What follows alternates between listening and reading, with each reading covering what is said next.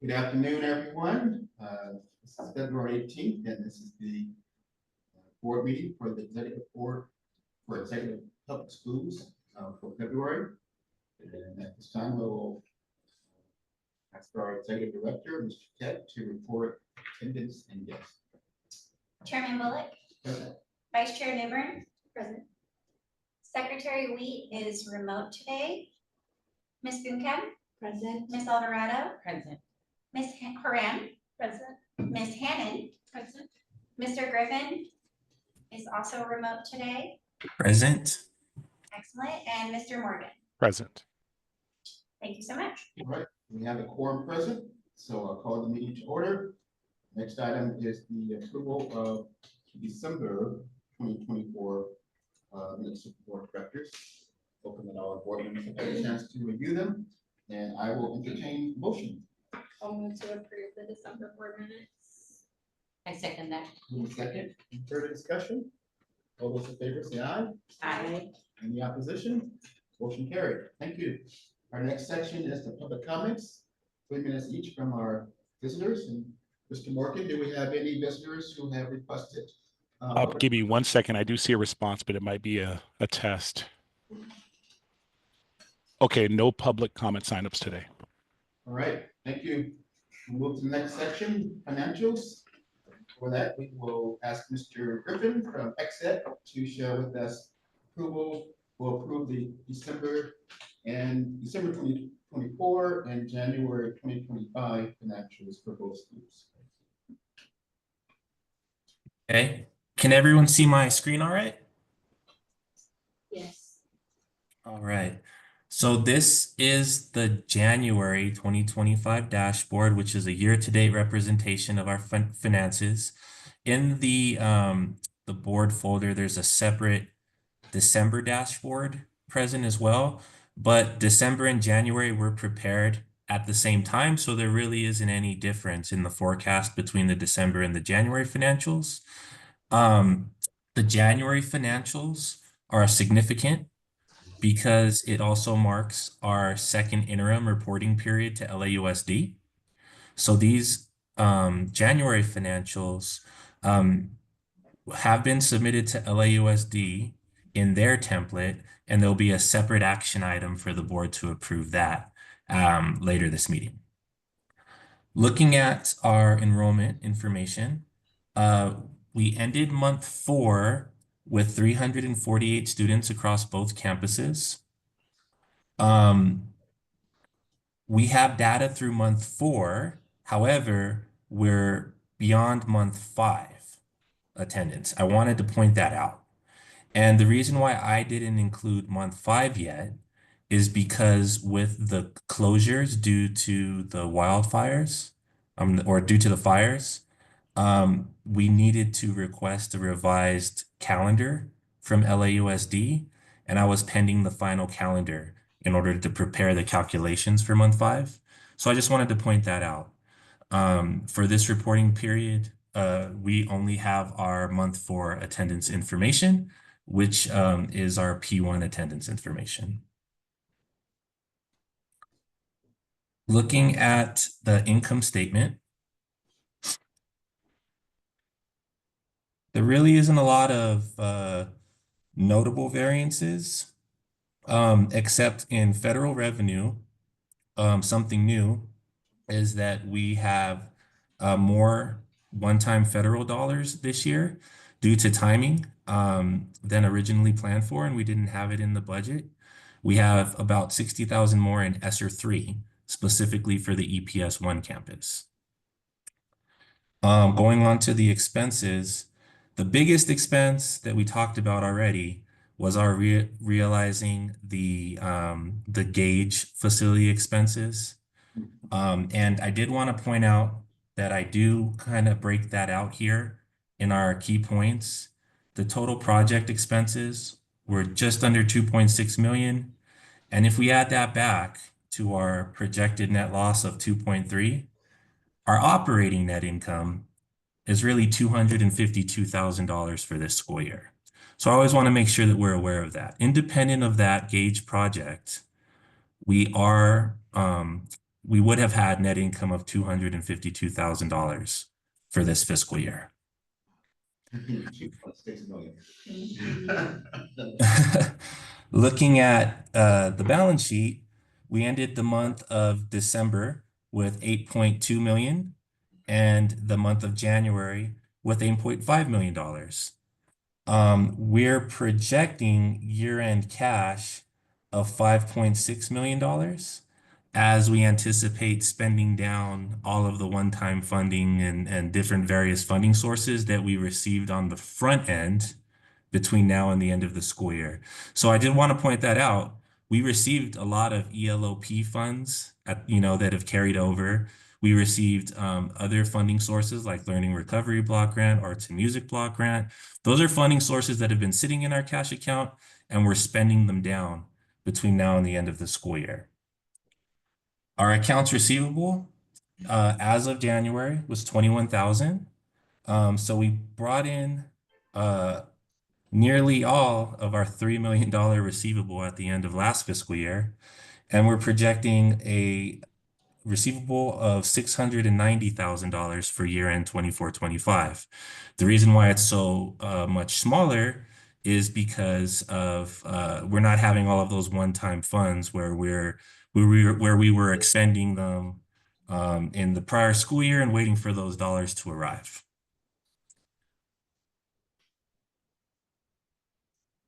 I also have the individual dashboards for the schools as well as the home office. I think that it's always good to, kind of know where we're at the individual school sites. So the individual school attendance information from our board-approved budget, we were 600 enrolled at EPS 1, and our average daily attendance percentage through month 4 was just under 94%.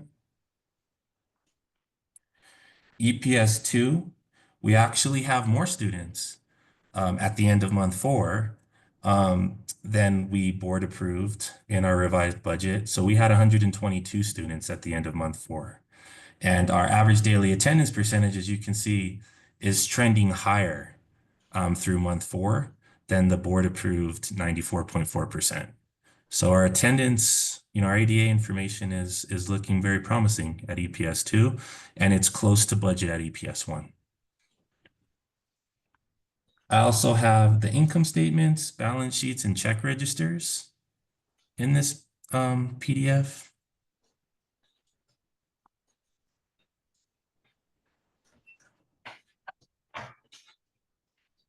And I can answer any questions related to the financials whenever the board is ready. Brian, the closures, are those just gonna I know that's also the calendar item, but so we're tacking those. How many days was it? It was 2 or 3 days? Yeah, I luckily. believe it was 2. 2 days. Oh, sorry, Yeah, Nicole.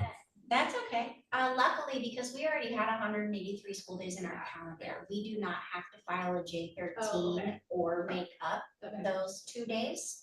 We debated making them up, but we're required to offer 30 ELOP days, and that takes us through June 30th. So to make up the days, we would lose ELOP funding. It was counterproductive. But we will not incur any financial penalty for those 2 days of closure. So this new board calendar brings us down to 181 school days. Charters are only required. Oh, I'm so sorry. Thank you so much, Ms. Miranda. It was 185 and now it's 183. Okay. So we are actually only required to have 175. Yes. So we still have 8 extra full school days plus the 30 ELOP school days for our students. Yeah. So we are in good standing in terms of instructional minutes. And I believe we should be receiving those revised calendars from LAUSD any day now that reflect a 183 day calendar. And that way I can adjust the financials to include the ADA for 181 day calendar versus 183. I'm sorry, 183 versus 185. Yeah, okay, thank you, and then I just have one more question, right? You said that we had ELOC funding in the bank, but that's not going to, that will keep rolling in over time, right? Yeah, I mean, it's still planned for being funded in 25, 26. Yeah. I mean, I'm hoping that it will continue to be funded beyond that, but I can't be certain. Sure, okay, thank you, that's helpful. Any other questions? Entertain a motion to receive the year-to-date January 2025 financials. I'll move to receive the January 2025 financials. A second. Move in second. Any further discussion? Being none, all those in favor, say aye. Aye. Any opposition? Motion carried. Thank you. Ryan, move the second interim report. Don't you think the same information, what you covered in the January report, I believe? Correct. And I just wanted to quickly show the board how those numbers transferred into the LAUSD template that I needed to submit through the SACS system. So if you look here, just because there's so many numbers, these are the dashboards from January that we just went through. This one is the EPS 1 dashboard. And as you can see here, we have actuals through January of $39,060.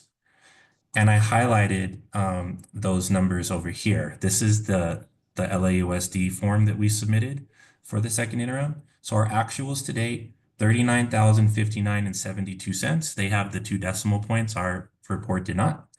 So that transferred over properly. Our forecast as of January 31st was $1,419,695. $1,419,695. And then our board approved budget, $47,366. $47,366. Then I wanted to point out, in case anyone was wondering why I didn't highlight this $8,600. This was the original preliminary budget that was submitted to LAUSD way back when, and it's data that just comes kind of pre-populated. When I'm doing the SAC software, we just re-upload the information. It doesn't appear on our dashboard because it's no longer, useful information for us. The new board approved budget is the 47,000. So that's the second interim for EPS 1. For EPS 2, same speech.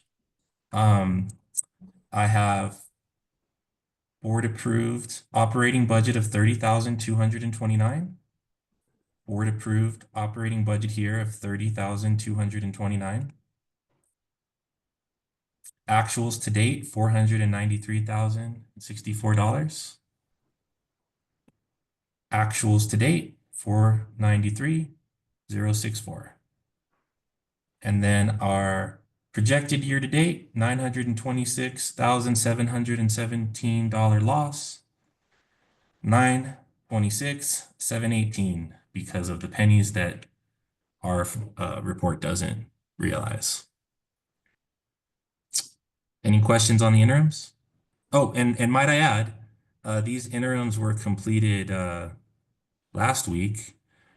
Their original due date was February 15th, and the district extended it to February 28th.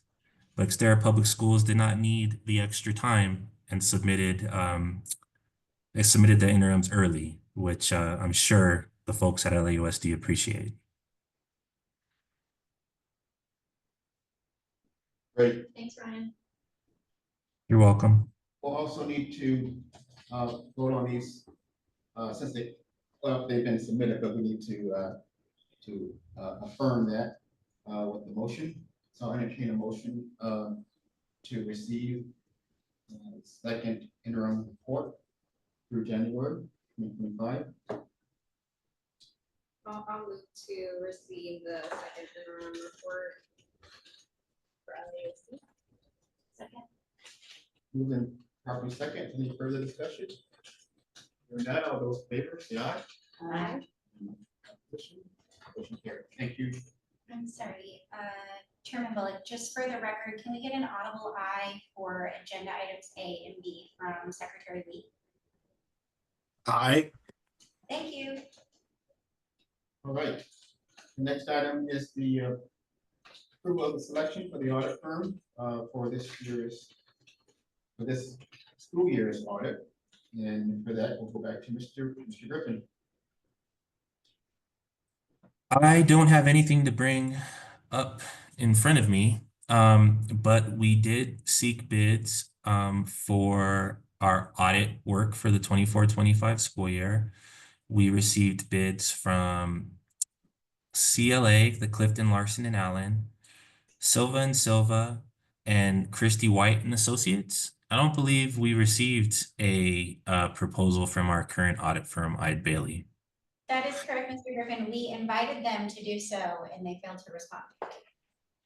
Yes, and purely from just so you all know, I have worked with Clifton Larson and Allen.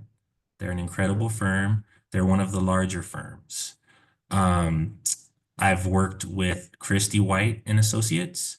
I currently work with them. I currently work with both of those firms, and Silva and Silva I have not worked with in the past. However, they do have partners that work there that were previously at our current audit firm, Eide Bailly. Looking purely at it from a financial point of view, the Clifton Larson and Allen proposal came in about $20,000 higher than Silva and Silva and Christie White and Associates. So looking purely at the financial, the financial impact, I think that we were opting between Silva and Silva and Christie White. One of the things that I personally liked about those two firms is while all of our firms have definitely demonstrated integrity, professionalism, and expertise in this field, the main difference between the two smaller firms and our current firm and Clifton Larson and Allen is that they don't have to go through as many reviews of the same information. And when I say that, I don't want you to think that it's a lesser review. It's just that it doesn't also need to go for approval at a national level.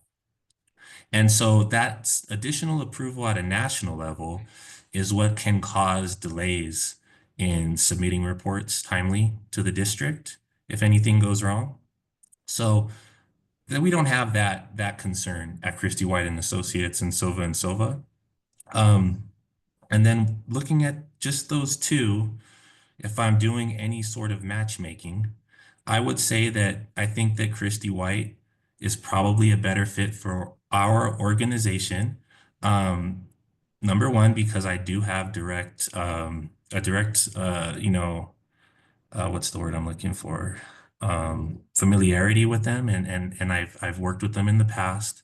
I know what their service is like, and I know that if I called the partner on Thanksgiving Day during dinner, she would answer. So that's the sort of service that I know we can expect from Christie White and Associates. So that's where I think my recommendation would go. I don't know if Nicole may think differently. Yeah, Mr. Griffin, I would just add that Christie White also laid out a very transparent and reasonable 3-year cost, not just a Definitely. year cost offer, like Silva and Silva did. So we have locked in pricing for the next 3 years, irrespective of whatever changes the IRS or impacts on the Department of Education or things being assigned to new departments at the federal level, changing audit codes. You know, we are living in uncharted times. And so that, not that we can't change our mind next year and go with somebody else if we want to, but the transparency of a 3-year fixed price was also just in such stark contrast to what was going on with our current audit firm, where it felt like just every time we turned around, they were increasing the price more and more and more on us. So by choosing Christie White over the other bid firm or our current vendor, we're saving $20,000, right off the top that we can spend on recruiting instead, right? So we're very confident about this recommendation and look forward to your approval. Any questions from the board?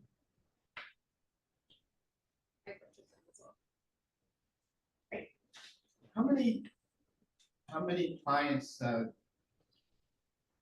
Griffin, do you currently have, and Exet have with Christie White? I currently have 2 with Christie White. I'm not certain how many XED has. However, I can tell you how many they have. If you give me just a moment, I can look for the internal document that shows that. Yeah, I do know there's been some departures from our current firm. Just was fishing for any data you have that have moved to Christie White. Well, I can tell you I believe the trend for folks that have used our firm in the past has been to move to Christie White from them. Let me try to get you overall numbers. That's interesting anecdotal data. Thank you. So just to clarification, the proposed fees and the proposal are for this audit year is $30,570 for 25-26 $32,815, and for 26-27 $35,240. Those are locked in. Obviously, if they estimate the time budget was more, they'll certainly will communicate with us. So are you saying that our current auditors, I Bailey, their fee for the last fiscal year was about 50,000? 55. 55. Wow. Yeah. And that is also what the other national firm bid, almost to the dollar. So it's clearly their pricing structure versus the small shop pricing structure. Yeah, absolutely. Well, I'm in a position to entertain a motion to approve proposal for a new audit firm for the next 3 audit cycles of Christie White.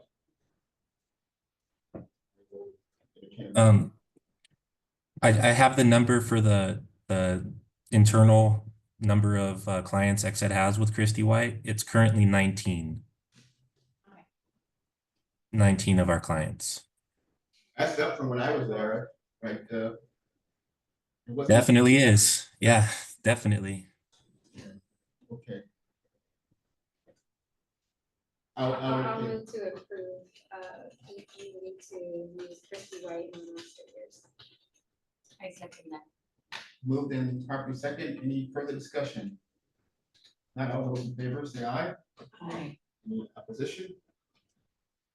Did we want to report, Mr. Weeks? Yes, please. Mr. Weeks? It's already seconded, so do I just need to? Just aye, sir. Aye. It's been, motion carried, and we have a new firm. Thank you, Mr. Griffin, for your due diligence. I know you worked hard. You're welcome. Thank you. And now we'll receive fiscal updates of CONAP and the 990 return update from Mr. Griffin. This is just information. We'll go be Sure. So we just wanted to let the board know that the winter CONAP was filed and submitted. It's not a report that requires approval from this board like the spring CONAP does. The spring CONAP is when the board approves applying for the funding, Title I, Title II, 3, and 4. The Winter Con-App is more of an update as to how much of the funds had been spent. So no board action is required. We just wanted to give you all the courtesy to know that it was properly filed and submitted on time. Thank you. And the 990 tax return, Mr. Griffin? The 990 tax return also doesn't require board approval because it takes all of the financial data from the audit report that was already board approved. That report was prepared and submitted. However, I was told that there was a typo in one of the board members' names. And so I am reaching out to that firm to see if it's, if we can, amend that. I don't know if, I don't know. So it's nothing more than proper to do. It's not required. However, I'm still going to reach out to them and even though it's already been submitted, it's still within the submission timeline, so we can submit it again. So I think that there's no problem with updating the board member's name and resubmitting to the proper agencies. So I still have to do that. That has not yet occurred. But I did want to point that out that I'm going to be working on that, and I'll send a confirmation to Ms. Duquette once the name is corrected. Thank you. Thank you, Mr. Griffin. Next item is the budget and staffing preview for our next school year budget. Ms. Duquette. Chairman Bullock, members of the board, let me open by saying that this entire discussion is in hypothetical waters. And I'll explain on the outset, before I dive into the slides, as to why I'm especially rotating that. So the normal timeline for the budgeting process, both in California and at Xterra Public Schools, is here in front of you. The governor is required under state law to introduce his proposed budget to the state legislature in January of every year. And the state legislature certainly will not approve that budget until late June, if not June 30th at 10:59 p.m. Every year, right? That's standard. In this case, the governor's budget proposal was announced before the catastrophic fires that especially LA County and to some extent Ventura County and San Bernardino County have endured. It is also contextualized around the amount of federal aid and FEMA relief that we will or will not receive because of that. We did receive a proclamation from President Biden to cover 100% of the first 180 days. But there is not confirmation or understanding that President Trump will honor that commitment from President Biden. This budget proposal assumes a certain amount of title and IDEA funding coming from the federal government, and we have slight projected numbers here as well as a recipient of those federal dollars, as well as meal program funding, which is supported in part through Medicaid. So given the discussion, shall we say, at the federal level around both the Department of Education and Medicaid and the budget more broadly, I've never brought a more tenuous budget proposal for your consideration, than what we're sharing today. So has there been discussion at the federal level? There have been threats at the federal level, right? So historically, for the last 3 years here at Xterra, we have done some enrollment projections in February and March to predict and project staffing levels. If you recall, we concluded that work by February of last year. We'll be bringing those considerations to you at the March meeting, though we are not anticipating an overall reduction in force. At least, you know, and I always want to caveat at this time because of everything that I just named. But based on projected enrollment, we're not anticipating that.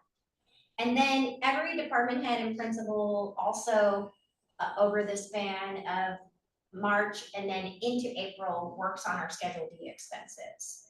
So we will have our budget preview for you on May 20th. The governor is also required in statute to present his revised budget to the legislature in May. Will that be before or after May 20th? We never know. You will then make final budget approval at the June meeting with the asterisk that we can and will do a budget revise in September of 2025 after enrollment actuals occur and after norm day especially, which is standard. And also, since we will not have that June 30th budget approval, certainly until June 30th, coming down from the state. And I would also just remind that the United States Congress has failed to adopt a budget for this fiscal cycle at the federal level, and we've been on continuing resolutions for months. So the budget projection revenue side is certainly uncertain for factors outside of our control. And then we're also going to discuss a little bit today what is within our control, which is enrollment.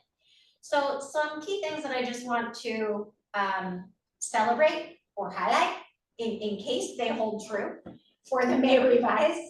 The overall budget was $322 billion with a B, and it was presented as a balanced budget for the state of California. This is especially notable because there were some deferments in the last budget cycle. We were in a revenue declining cycle last year, and there were some concerns that California would not have a balanced budget.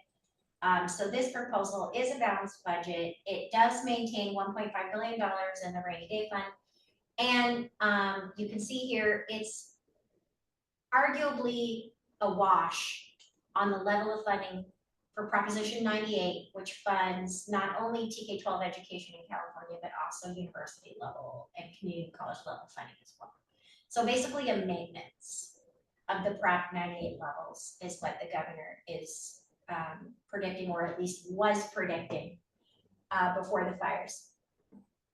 If you look at, again, the overall governor's figures, you'll notice that the allotment into that rainy day fund is almost half. And this is where I see the fires playing a role, because there is statutory language about maintaining a certain level of the rainy day fund, just like we have to maintain certain levels of cash on hand, you know, as a school district. But in all, from an education perspective, it was a better than predicted budget. And as you can see here, K-12 funding is this lighter blue piece of the pie. It is 1/3 of the state's total expenses, and that's statutorily required in the state of California. So they have to determine the whole amount of the pie, and then immediately 1/3 must go to K-12 education according to statute. And then higher ed is also carved out there as well. You'll notice that the state's health programs are in red. I highlight this as another top concern because this assumes certain levels of Medicaid funding, and the majority of Xterra students receive health and medical assistance through that revenue line. And so we're closely listening to and watching for impacts or changes to Medicaid to help our families feel confident that their students, you know, medical needs will be met. So specifically, as it relates to education, how do you unpack that blue piece of the pie? And what does that mean here at Xterra? The governor anticipated a cost of living adjustment across the entire budget of 2.43%. That is 2.4% higher than last year's COLA, basically. But there are years where the COLA is 6-8%, and we have had, as we all know, we're still coming down off of record inflation. So 2.43% is not a happy number. When we move employees on step and column, you know, it's 2.5 to 4%, depending on where employees are falling on step and column. If you want to call that an average of around 3, we're working on that exact Schedule C calculation now, and we'll have that for you at the March meeting, but it's a wash at best, is what I'm highlighting here. This does include a continuation of the Universal TK program offering full day transitional kindergarten to 4-year-olds. This has been an important component of Xterra's recruitment strategy. We have received a little over $100,000 to help support that TK staffing. It does not fully cover the cost of TK staffing, but it's certainly, you know, crucial, and once the students enrolled, they're more likely to stay. One notable point is that the current state transition plan for TK indicates that August of 2025 is the year that the classroom staffing ratio would go from 12-to-1 to 10-to-1. So this has staffing implications on our budget. And if it's a TK Kinder combined class, it's the total number of students in the class, not the number of TK students in the class, that impact that staffing ratio, which is how we do it now at Xterra Breed and Xterra Eastman. So I point that out because this is an example of something that could be postponed to ease the budget some. They might leave it at 12-to-1 for one more year, for example, which is where it's been. There is a new source of funding to be carved out to all of the school districts that is titled, most happily for CDOs like me, a discretionary block grant, as opposed to a categorical block grant. A discretionary block grant, which gives us some choice. We don't know yet how big our piece of that pie will be, of course. It continues funding for the literacy and math coach program, and we did receive about $900,000 for a 3-year budget line, and this has enabled us to have IAs and our instructional coach, of course. So let's hope that stays in the budget. There is a new requirement for dyslexia and literacy screeners, K2. You're approving the Xterra board policy for that today, and there will be some funding for the schools to purchase the screener itself. So that will hopefully be budget neutral. There's some additional funding being proposed to continue to support teacher pipeline, and we have successfully used the Waco intern teacher program. Charter school facilities fund is here, and as we are hopefully making moves, this was on the potential chopping block. So it is a CCSA lobbying victory that it is still in the proposed budget. And then a continuation of ELOP, universal meals, and no projected sweepbacks of the balance of the learning recovery emergency block grant, which we have been relying on heavily. So in all, not too bad, depending on how much of this, again, depending on how much of this holds, not too bad. As a reminder, this is what our pie looks like this year. 64% is for staffing. Tech and operating costs includes our Prop 39 rent, which is not subsidized or offset in any way. Our nutrition program and our after-school program are pass-through funds because they are categorical grant funded, and we have balanced budgets for both of those programs. So we are not, we do not experience encroachment there, which is important.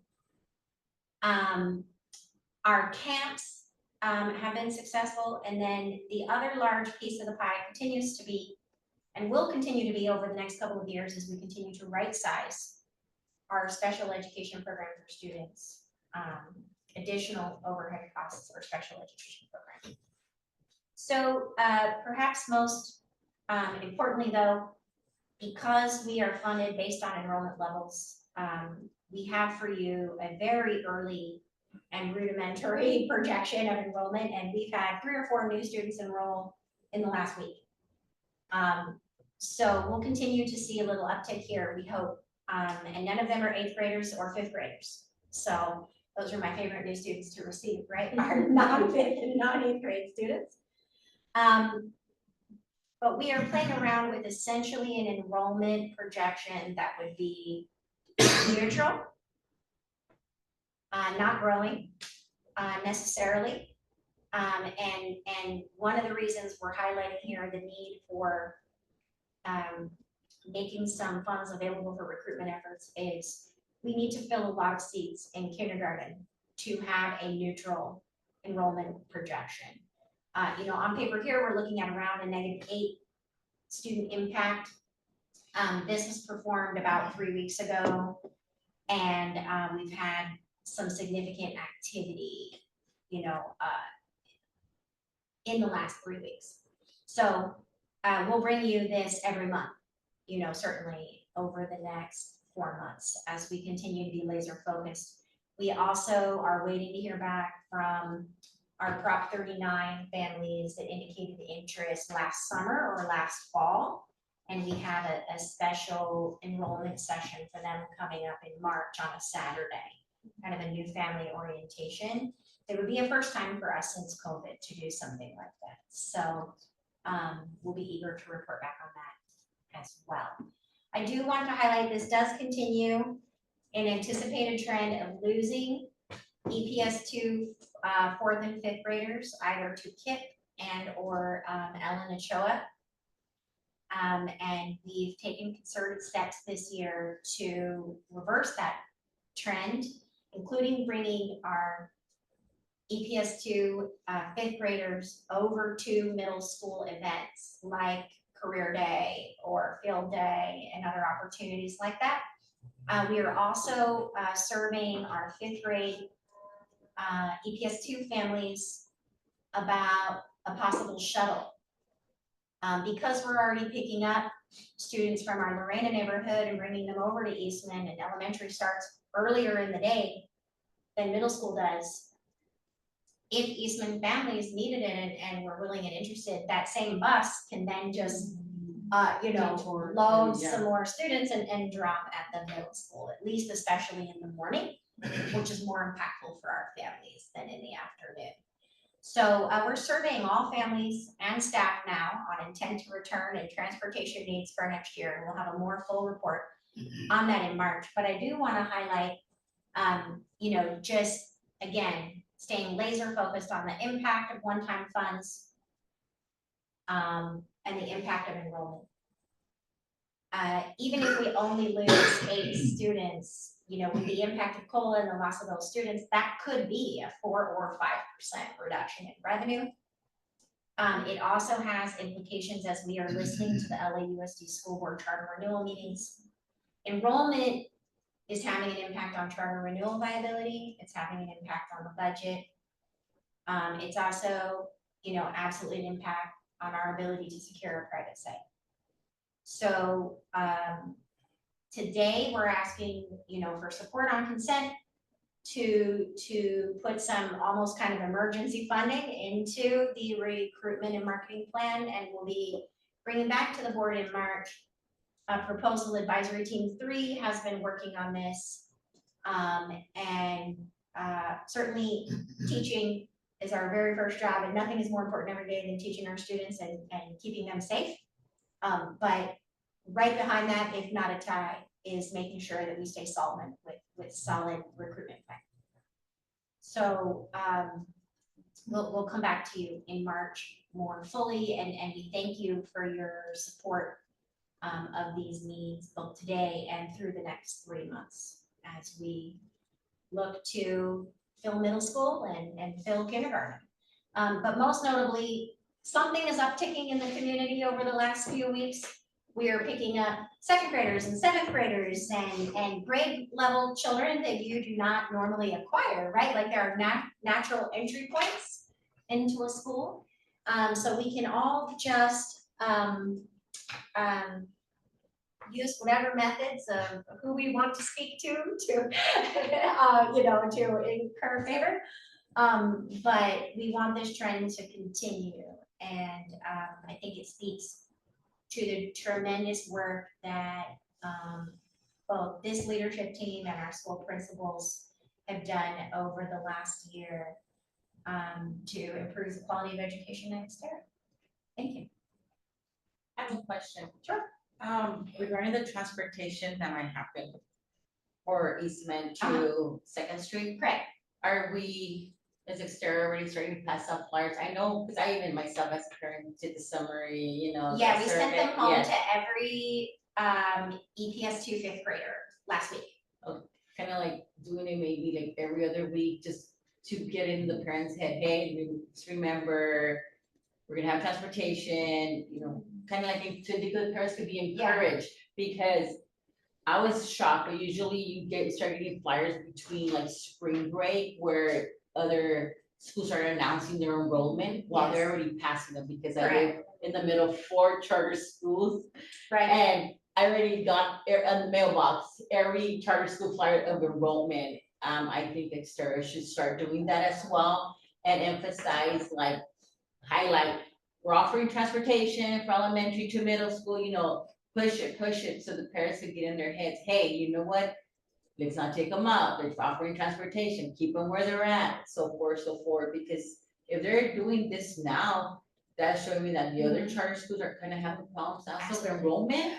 So it's like a competition right now, so I think we should be looking into that.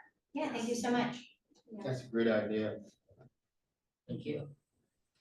Yes, that's a brilliant idea, Diane, because these are some of the conversations we're having in our advisory group on recruitment and community engagement, so that we can bring that back to our advisory group.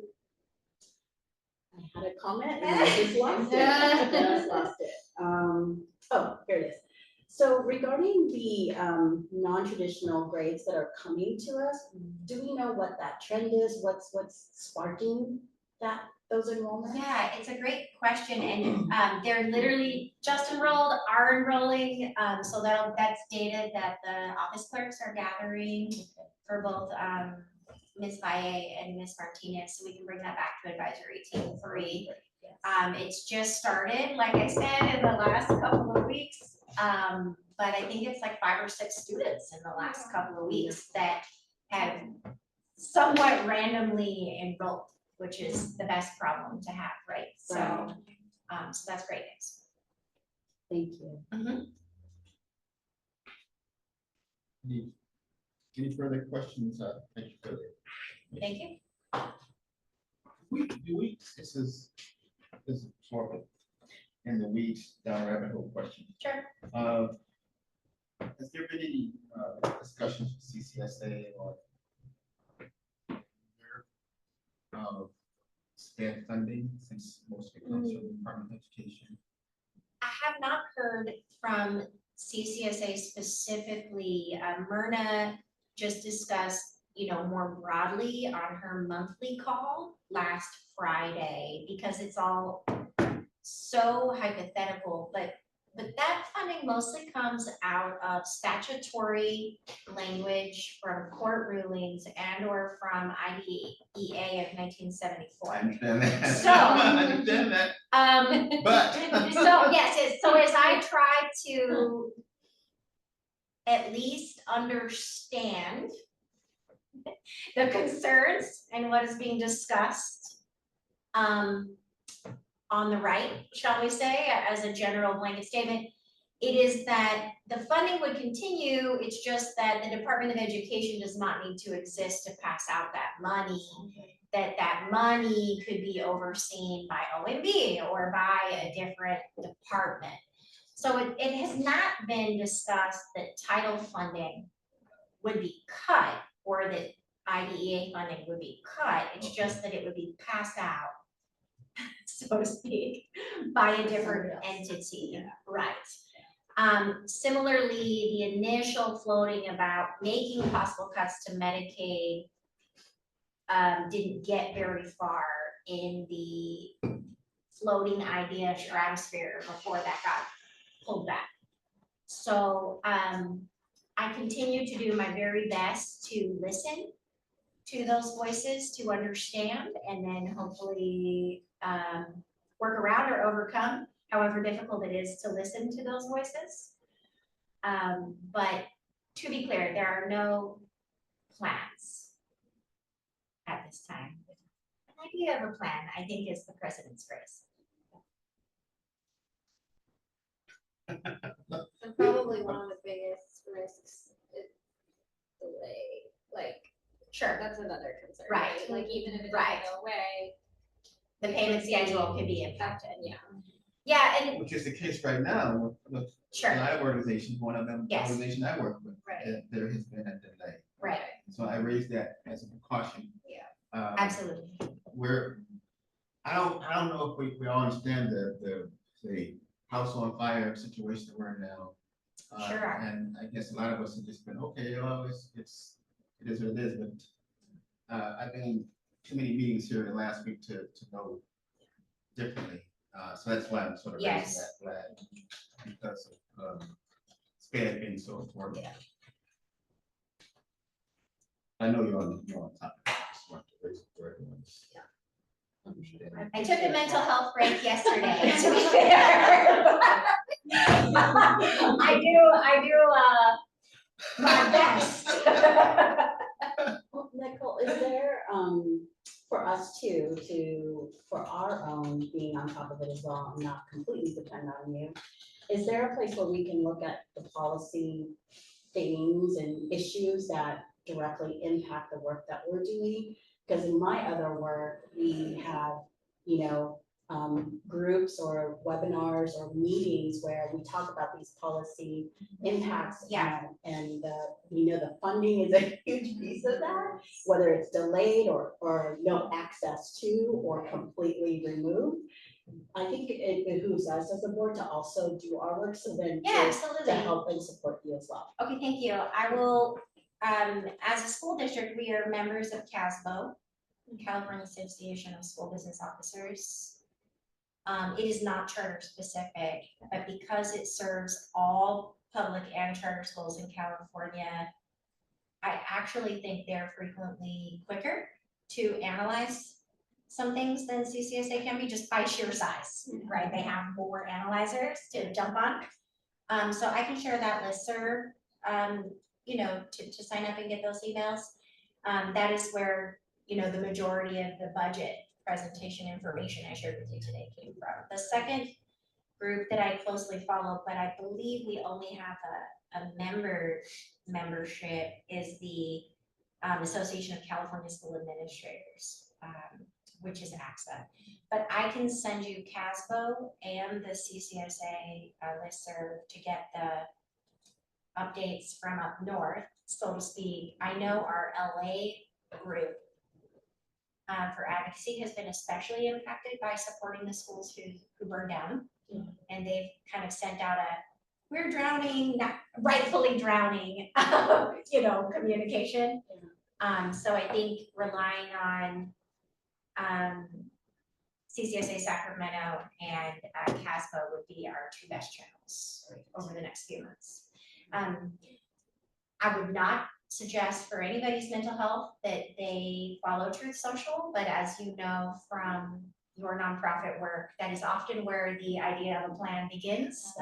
And then the agencies have to scramble and react in the night based on whatever is tweeted. Right. So Thank you, appreciate that. same boat here. Yeah. And also it allows us to do some advocacy, if you will. Absolutely. When we have access to this information, and so we can bring in our other networks to really support, these really important streams of funding and policy that just really supports our students. Yeah. And our communities. Since you've made the statement of advocacy, I will just quickly take a point of privilege, and I won't belabor this because I know we have a presenter at 1 o'clock, but the deafening silence in response over the last 30 days is, to this retired social studies teacher, perhaps the most upsetting piece of this puzzle, when it is rank and file lawyers and agency workers who are resigning in protest, and that is the only act of heroism that we are seeing from our community more broadly. this social studies teacher's heart is breaking. The lack of people being mad as hell is shocking. And if the Sunday shows this week talk about anything, it was exactly this lack of response. Now, that being said, our middle schoolers are planning a walkout with their teachers and you know, with permission slips and everything, you know, but there are some grassroots examples of mad as hell, and there were a lot of protests over the weekend, including in Sacramento. But the deafening silence from the right and the left in Congress, and from more of our national governors or mayors, is concerning. Yes. And if that is the reality, that means we all have to become those heroes and make good trouble. Yes. You know, so be it. Yes. So be it, John Lewis. But where's John Lewis for today? You know, it's a scary time. So thank you for letting me process that. Of course, well, I think too. You've been ordained. Well, I think too, if I may add to that, Nicole, is our representatives have constituents, and we are the constituents. We live in their district. That's right. And we voted or not, whatever it may be, but we are constituents in their districts, and we continue to have a voice. And I think that's something we all need to remember, is we can vote people in, we can vote people out. That's So right. power to the people is truly what we need to bring into our grassroots work. And I think too, people are thinking of their safety. Yes. People are afraid, and we have to acknowledge that and call it. So how do we do it in a way that meets everybody's levels and meet people where they're at, that can still exercise their power as a voter, you know, as a constituent? So I think that's a reminder that we all have power. It may seem like we don't, but we do. Absolutely. Well said, Ms. Bailey. Thank you. We'll move to our governance section with the presentation of the mid-year LCAP review. Thank you. Good afternoon, members of the board. So I'm here to talk today about the mid-year LCAP.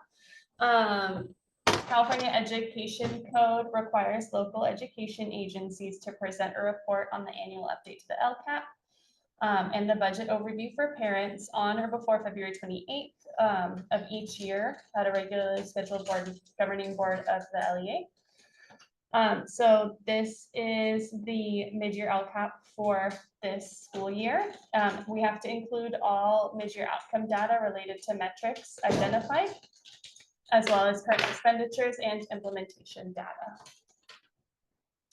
And the purpose of the mid-year LCAP is to provide the public with an update on the implementation of the current LCAP and to allow the LEA to be aware of and plan for any changes that may need to be based on the estimates of revenue, budgeted expenditures, and or student performance. So within the board packet is the PDF version of this, but it is a Google Sheets live document that was put into the PDF. So it's broken down by tab for each school site. There's goal 1, goal 2, goal 3. And then there's the budget update for parents. And then lastly, there's the metrics. So the goal itself is broken down in terms of actions, how it's being implemented, any changes in implementation, as well as successes and challenges over the past year. And then the metrics are on the last tab that I just wanted to highlight. One thing that's interesting to note is our LCAP is approved, and because a lot of the data is not released for that school year until the following school year, a lot of our metrics in our LCAP are actually from last school year, even though the actions we're doing towards those goals are current. So there is a little bit of a parallel trajectory happening, if you will. And so it's really important to take that into consideration, that some of our actions that we have in place will not actually shift the metrics, and the metrics already happened, but they will shift future metrics. So this information is all here. This is EPS 1s, and then EPS 2 is right here. Are there any questions Thank you so much, Ms. Ryan.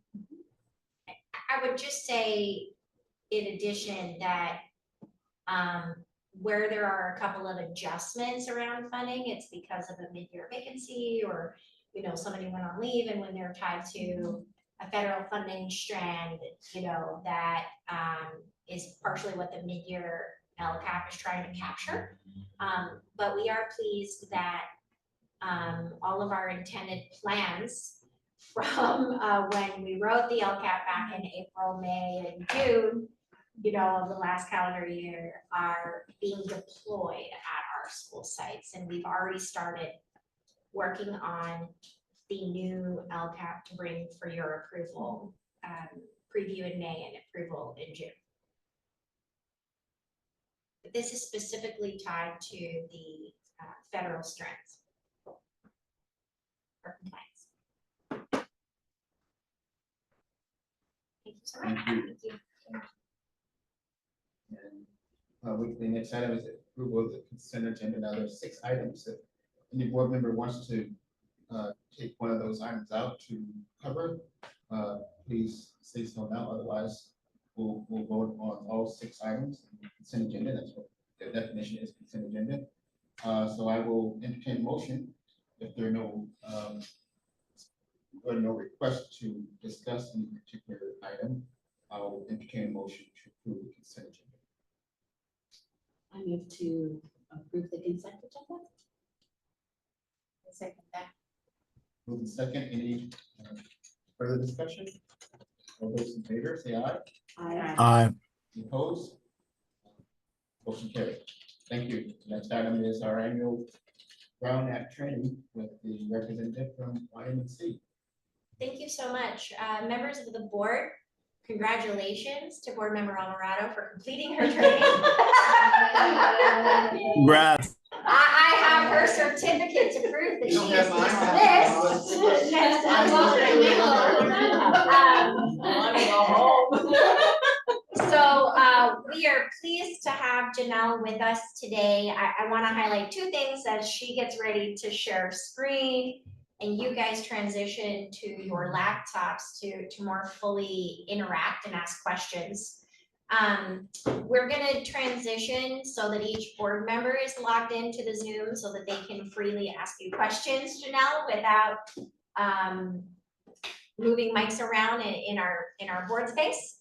So while they do that, I will just highlight, celebrate, and remind everybody that this is the annual Brown Act training and the additional requirement, the new state requirement of ethics training. And so we will endeavor to be done in 2 hours or maybe a little less, you know, certainly depending on how many questions you guys have. Your Zoom link is in your Xterra email. I can also, let me also put it in chat if that's helpful. And we'll let Janelle get set up to share, and IT can transition our cameras, and we'll dig in for this professional development. All right. Anybody need it in chat? Thanks for that setup. I'll just hang tight until you guys are ready. Yeah, give us 1 second. Thank you so much. Enjoy. Diane, you're so perfect. I know Jessica.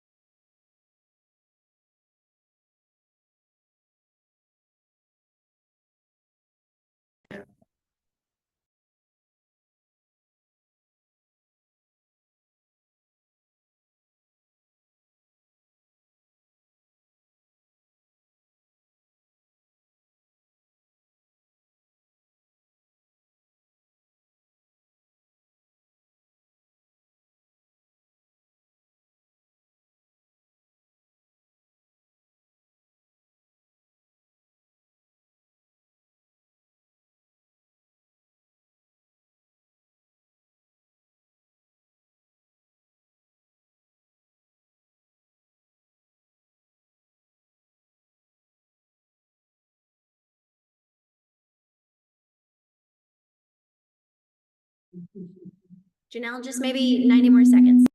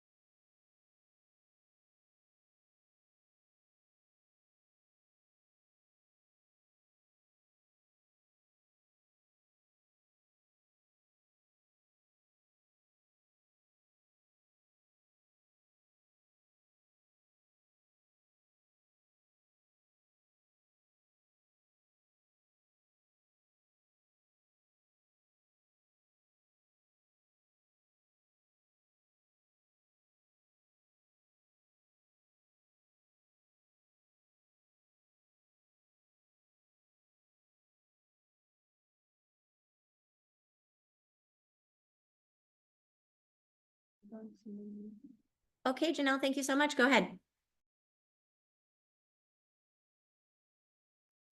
First, I'll unmute.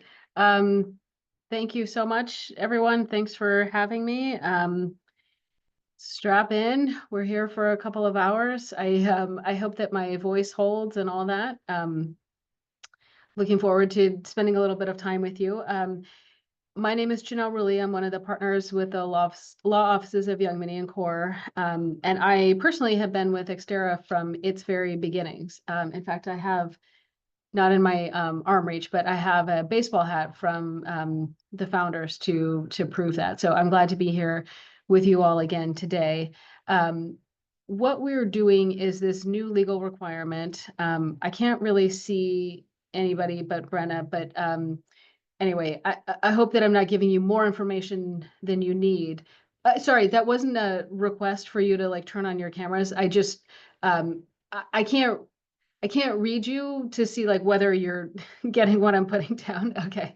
Anyway, what we're doing today is the new requirement of a 2-hour ethics training course. The requirement is that the requirement is individualized to board members. It's not the board as a whole. So every single one of you has to go through 2 hours by January 1 of 26. So we're pretty early on the curve, which is great. Thumbs up for that.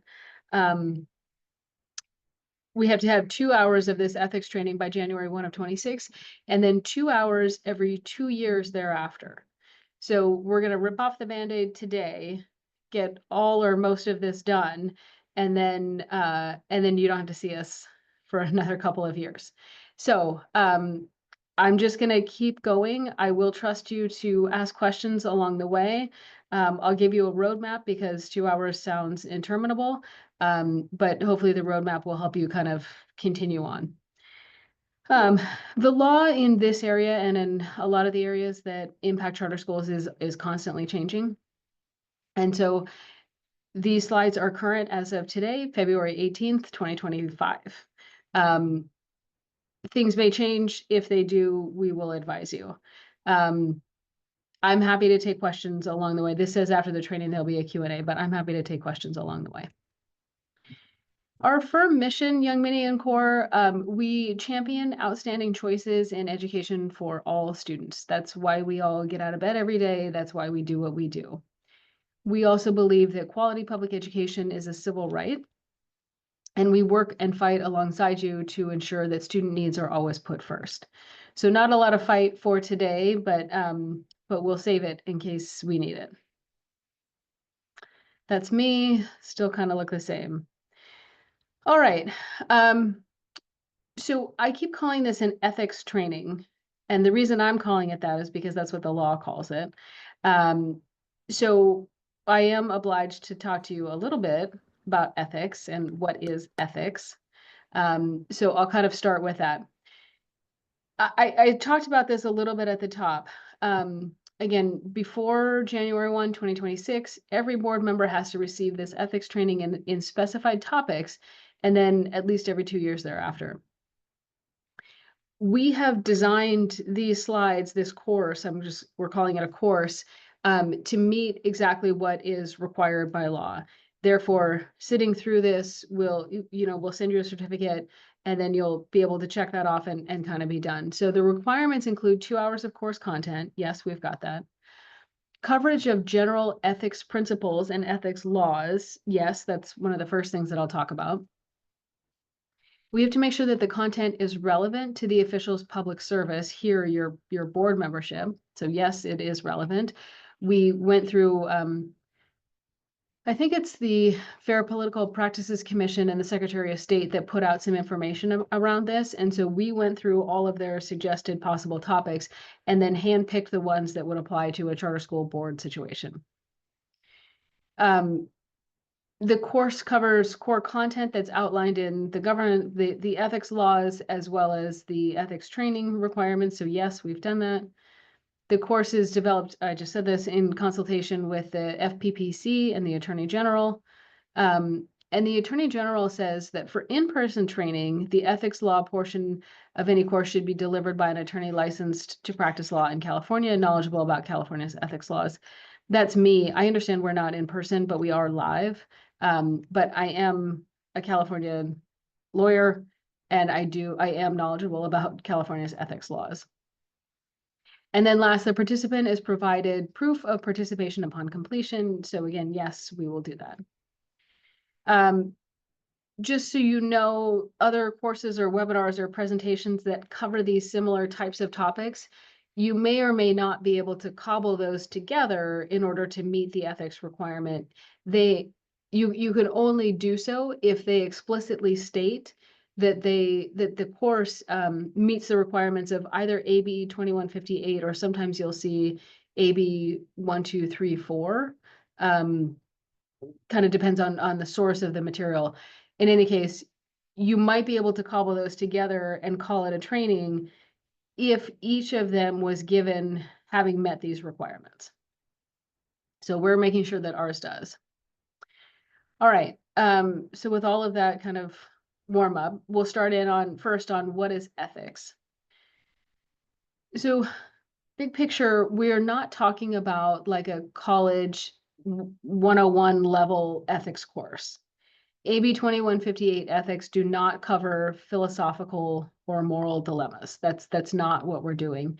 You see here an illustration of the trolley problem. If you did take an ethics class in college, you probably talked about the trolley problem. The idea is that there's a trolley that's on its path, and if it stays on its path, it would run over 5 people who are tied to the rails. A bystander has an opportunity to change the direction of the trolley and only hit 1 person. So then the ethical dilemma is, does the bystander change the direction of the trolley or just let it go? And we could spend a long time talking about our personal opinions on that. That's not what we're here for. Instead, ethics here is about what you can do as a board member to secure public trust through compliance with California law. So the things that you can do to emphasize and solidify for people that what we're doing complies with law, is moral, is ethical, and is best for students. So that's kind of our lens here. I heard a little bit of the discussion about, are we the ones we're waiting for? And I think these are really complicated times. Your board service, though, I think there are really easy ways that you can communicate to the public that you personally and the board as a whole are acting ethically. Ethics violations, ultimately, the impact of an ethics violation is to violate the public trust. It makes the public more skeptical of government. It makes the public more cynical about government. And it really just sort of shakes the public trust. We all pay our taxes. And our taxes are collected and then redistributed in ways large and small. Obviously, Xterra runs on public taxpayer dollars. You're in charge of spending those taxpayer dollars. That's why we're here. That's why you have to listen to me. There are a lot of violations out there, though, that really do kind of shake the public trust. These are some examples of headlines.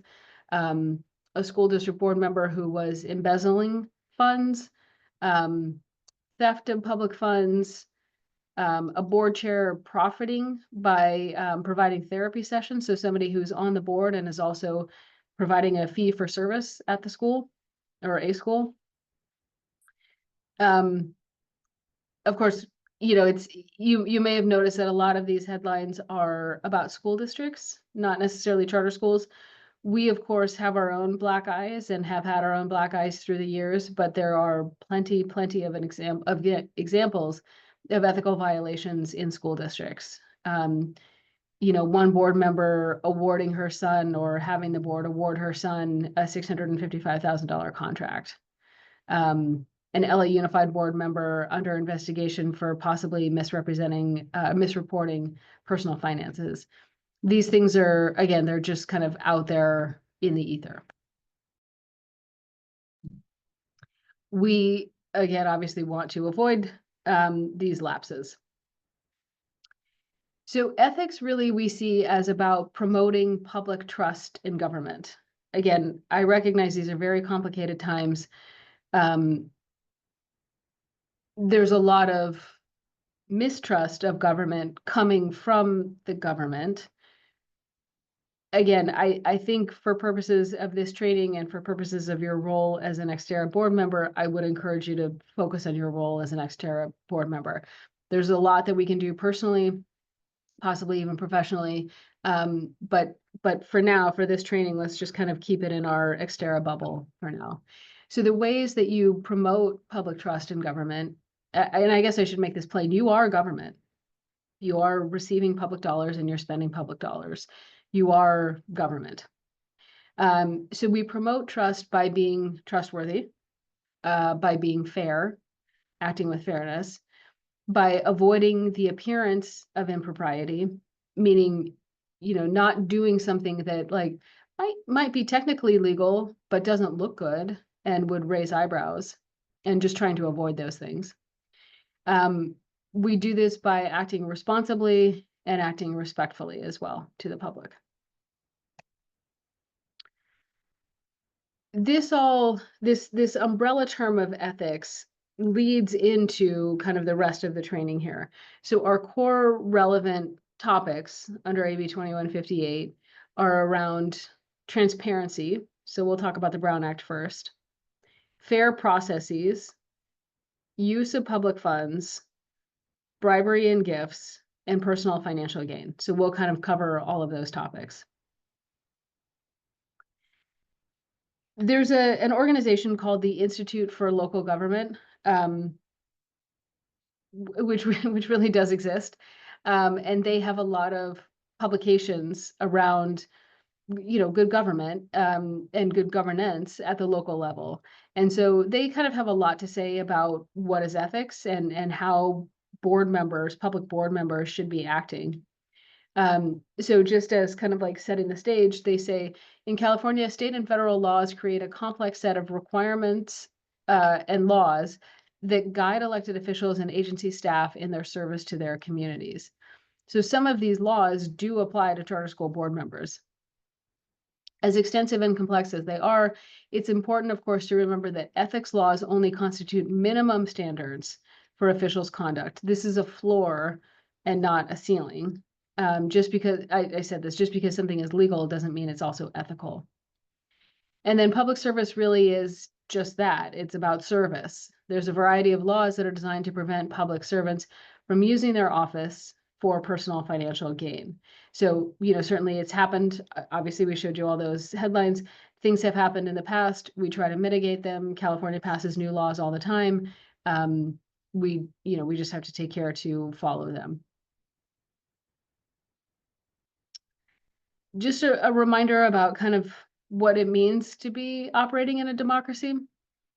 The virtue of a democracy is that leaders understand that those they govern, leaders understand those that they govern, because leaders do not have special privileges. You know, you all still go to the grocery store and pick up your kids from school and, you know, pay your taxes. Like you do all the things that a normal citizen does.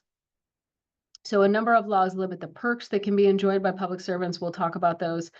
They restrict the income that they can make, what uses can be made of public resources, and the receipt of gifts and other gestures. So those things are in place, and a lot of them do apply to you as well.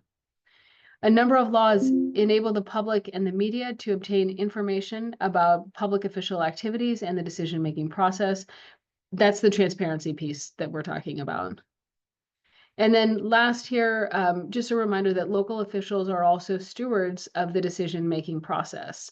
You know, you are making decisions on behalf of hundreds of students, and the result of your decisions impact them. On the gloom and doom side of things, ethical lapses could lead to denial of a charter renewal petition. First of all, I don't say this lightly. Most of the work that I do in our firm is getting charters renewed. We're still in it. You know, we had a busy fall and we're still in it. So I just want to be clear that I don't say this stuff lightly, but there is a new finding out there. In order for it, like if a district wants to deny a middle performing school or even a high performing school, there's a procedure for the district to make an argument that the charter school is demonstrably unlikely to successfully implement the program set forth in the petition due to substantial fiscal or governance factors. These terms are not defined, just to be clear. What is substantial? What is fiscal? What's a factor? You know, these things are not defined in law. But there are some districts out there that are starting to use this procedure, and it's sort of a cure and correct. So we submit the charter, they send us a notice, hey, we think that you've engaged in substantial fiscal or governance factors. We respond and say, oh, no, things are totally clean here. Don't worry about it. And they say, okay, yeah, you're right. Or they say, no, there really are problems. And they could non-renew the charter based on that. Similarly, a charter could be revoked. There are 4 reasons for charter revocation. These are 3 of them, where we commit a material violation of any of the conditions, standards, or procedures set forth in the charter, or we fail to meet generally accepted accounting principles or engage in fiscal mismanagement, or if we violated any law. Those things would expose us to the potential for charter revocation. I don't have any reason to believe that any of these would be live issues for Xterra, but I do just need to kind of let you know that it's out there. And then last, ethical lapses could lead to serious consequences for you, for the individual. Could be removal as a board member, possible loss of employment. There could be criminal investigations, prosecution, jail time, financial penalties. These are obviously for big deal violations, and legal violations at that. There could be administrative investigations and financial penalties. There could be civil litigation. And then, of course, there could be reputational harm within the community. So we want to act ethically. And just as a little bit of a palate cleanser, a couple of memes for you.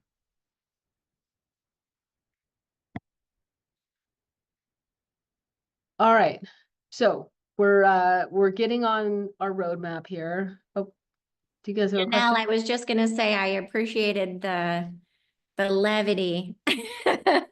Yeah, I know. These topics get very heavy very quickly. That's right. Yeah.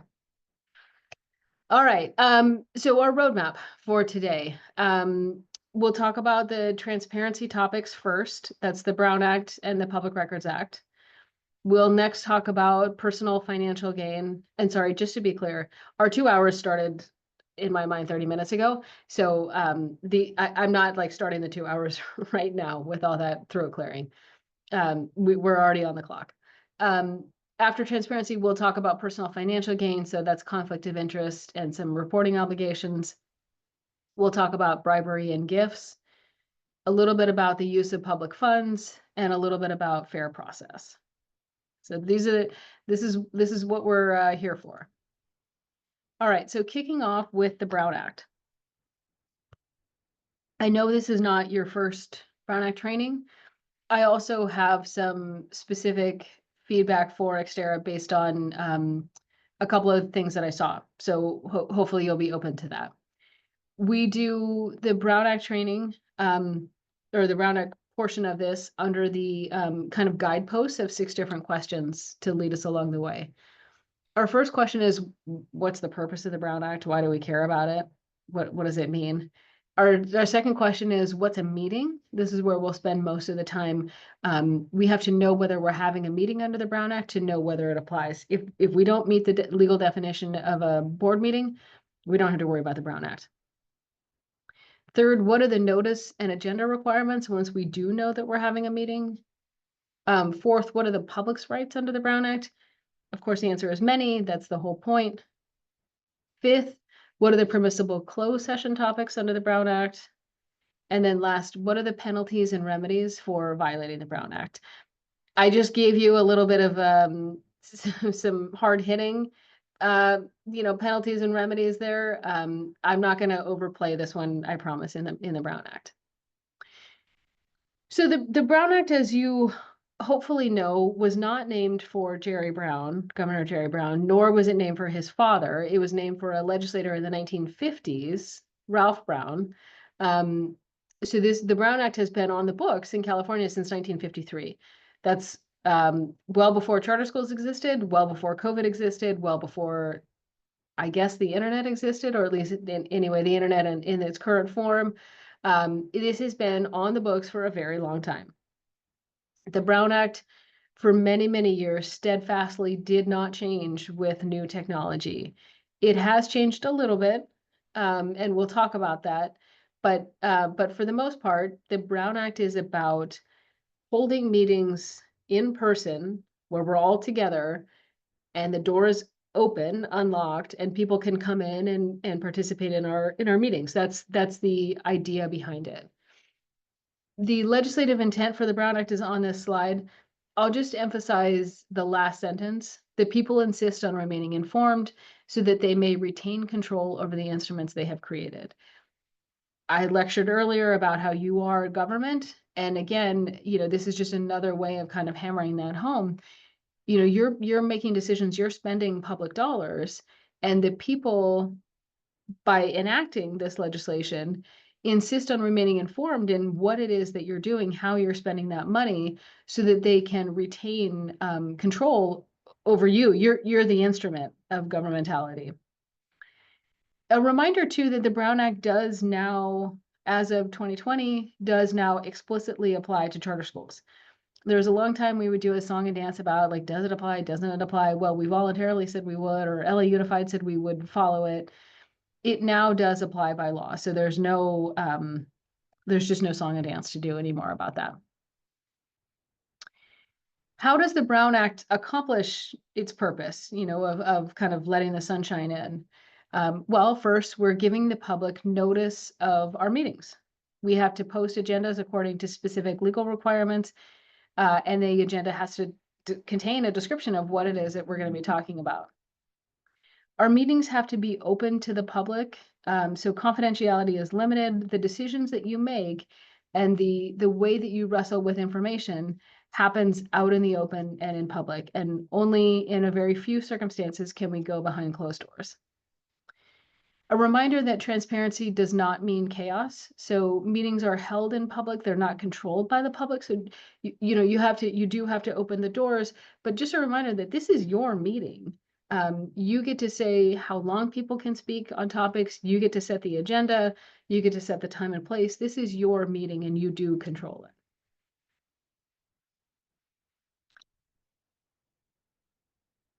All right, so our basic definition of a meeting under the Brown Act is when any congregation of a majority of the members of the board meet to hear, discuss, deliberate, or take action on any item of school business. So a congregation of a majority of the members of the board meet to hear, discuss, deliberate, or take action. I counted 5 board members. Is that still right? gonna- For today here, Janelle, because one of them completed it at CCSA boot camp with you guys. Okay, but Xterra does have 5 board members. Yes. Okay, great, perfect, thank you. So a majority of 5 is 3. So anytime 3 of you are hearing, discussing, deliberating, or taking action on any item of school business, we've met the definition of a meeting. Anytime there are 3 of you involved. Of course, as soon as I give you the definition of a meeting, I'll tell you about some of the exceptions. When I say exceptions, what I mean is these are circumstances where board members can get together, including a majority of board members can get together without setting an agenda, without having a public space, you know, without meeting the other formal requirements of the Brown Act. So you can do that in these 3 circumstances. Attendance of a majority of you at a public conference of general interest. You know, Nicole just mentioned the CCSA, that was their boot camp. They also hold an annual conference. So a majority of the board could go to the CCSA conference. You can talk about what you learned, you could have lunch together, you could talk about the Dodgers, but you cannot talk about school business. So that last, the bottom part there with the all caps, in all these circumstances, you can't talk about school business. Similarly, attendance of a majority of you at another body's public meeting. When the charter is up for renewal, the charters are up for renewal. You could go to the LA Unified board meeting and sit together and you can talk about the renewal, but you can't also talk about the budget or the facility or something that's not on LA Unified's agenda. And then last, attendance of a majority of you at a purely social or ceremonial gathering. So if you wanted to get together to have coffee on a Saturday morning and kind of get to know each other in a less formal way, you could do that as long as you're not talking about school business. You also could go to a graduation ceremony or a back to school night or you know, some arts event at the school. You can do that. Again, you just can't talk about school business when you're there. All right. See, sorry. There we go. I'm guessing with 5 board members, you probably don't rely on committees a lot.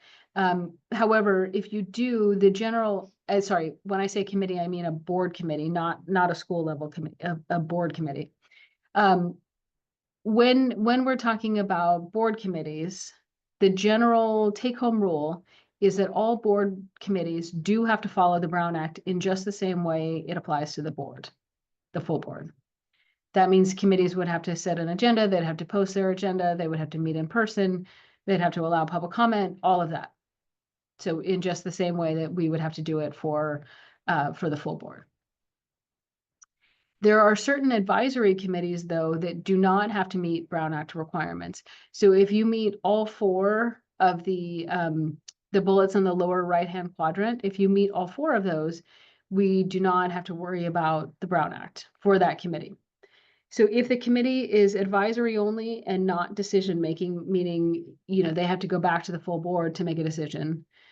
If the committee is composed only of board members, no other humans, no staff, no parents, nobody else is on there as a member except for the board. It has to be less than a quorum of the board, so fewer than 3. And it can't be a standing committee, meaning they can't have a regular meeting time, you know, the 3rd Thursday of every month. We can't do that. So if the board committee meets all 4 of these bullets, then that group is exempt from Brown Act requirements, does not have to meet them. One example I give for a committee that might meet this would be like if you want to evaluate the executive director. So the board might nominate 2 people to kind of do some interviews, fill out evaluation forms, you know, talk to people, and then go back to the full board and kind of make a recommendation on that evaluation. So that's just one example.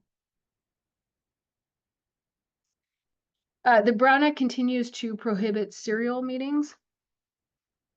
A serial meeting is just what it sounds like, or maybe it doesn't sound like anything, but a serial meeting is it involves a majority of the members of the board, so again, 3, outside of a meeting, using a series of communications of any kind, either directly or through intermediaries, to discuss, deliberate, or take action on any item of school business within the subject matter jurisdiction of the board. I know that's a mouthful. A serial meeting is typically the kind of thing that happens when we email each other.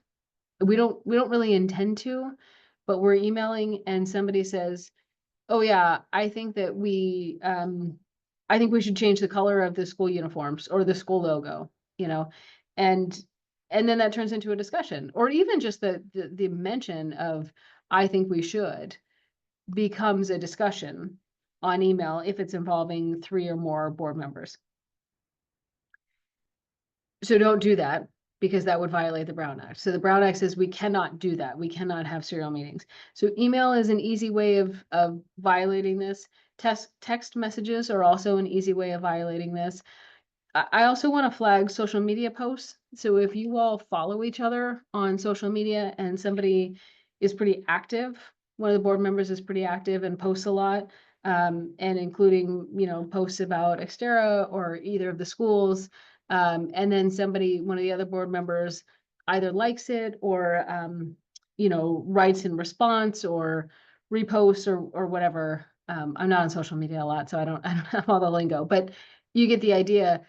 That also could be construed as a serial meeting. So we just really want to be mindful of that and careful of that. And for emails, this is an old trick, so you probably know it. We just want to use the BCC or blind carbon copy line when we send out messages. The sort of corollary to this is that the Brown Act does allow for a one-way pushing out of information from the executive director or from the board chair. You know, we can update the board as to, you know, something important, urgent, whatever it was that happened on campus. We can send out that update. We just can't reply and have a chat about it. Similarly, board members can communicate with the executive director or with the board chair to ask questions, or with another staff member as well, to ask questions about something that may be coming up on the agenda. And so if that happens, the individual who's having those conversations has to remember to silo them.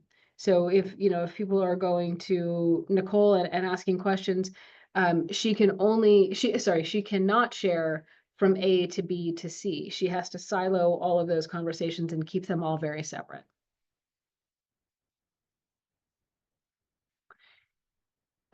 So teleconference, well, I guess I'll talk first about meeting locations, and then I'll go into teleconference a little bit.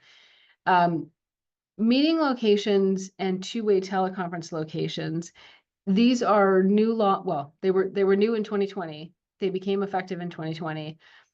The law set for the first time the jurisdiction of a charter school. Before, you know, when we were voluntarily complying with the Brown Act, you know, we have to admit students who reside anywhere in the state. And so you could have made an argument that our jurisdiction was the entire state. Some school districts said, no, your jurisdiction is my jurisdiction, our jurisdiction. And so you have to meet within the physical boundaries of the district. So the law clarified this. And we now know for an organization like Xterra that has 2 schools in the same county, your jurisdiction is Los Angeles County. So this is going to come up in the next couple of slides, but in order to have somebody participate in a meeting by teleconference, we have to have a majority of the board members somewhere physically present in Los Angeles County. You don't have to be together, you don't have to be at the school site, but 3 people have to be in LA County in order for that one board member to participate remotely. The other requirement that came to be for charter schools, and charter schools alone, nobody else who has to follow the Brown Act has to do this. The other requirement is that we have to set up a two-way teleconference location at each school site and each resource center. So I couldn't tell where your in-person meeting was, but if you were not at one of the school sites, you have to also set up a teleconference at the 2 school sites. If you are already at one of them, then you only have to set up one teleconference at the other school site. I'm not seeing any, or hearing any gasps, so it sounds like you probably, or I'm assuming you probably already are aware of that and you're doing it. All right, so the last piece here, I think this is the last piece under what's a meeting, is about remote participation. And I said I had a couple of observations. So I'll dig into one of them here on an issue that I saw. So when a board member cannot or does not want to be in person for a meeting, they can choose to participate remotely. And there's two different ways to do that. Option one is what I'll call standard teleconference. This has been on the books, like I said, long before COVID. It's been on the books for a very, very long time. Option two is much more recent. It's a post-COVID thing, and it's actually set to expire January 1 of 26. So those, that's option one and option two. I've been doing brownout trainings for a long time, and I never thought I would say that teleconference, standard teleconference is the easier way to go, but I think it is.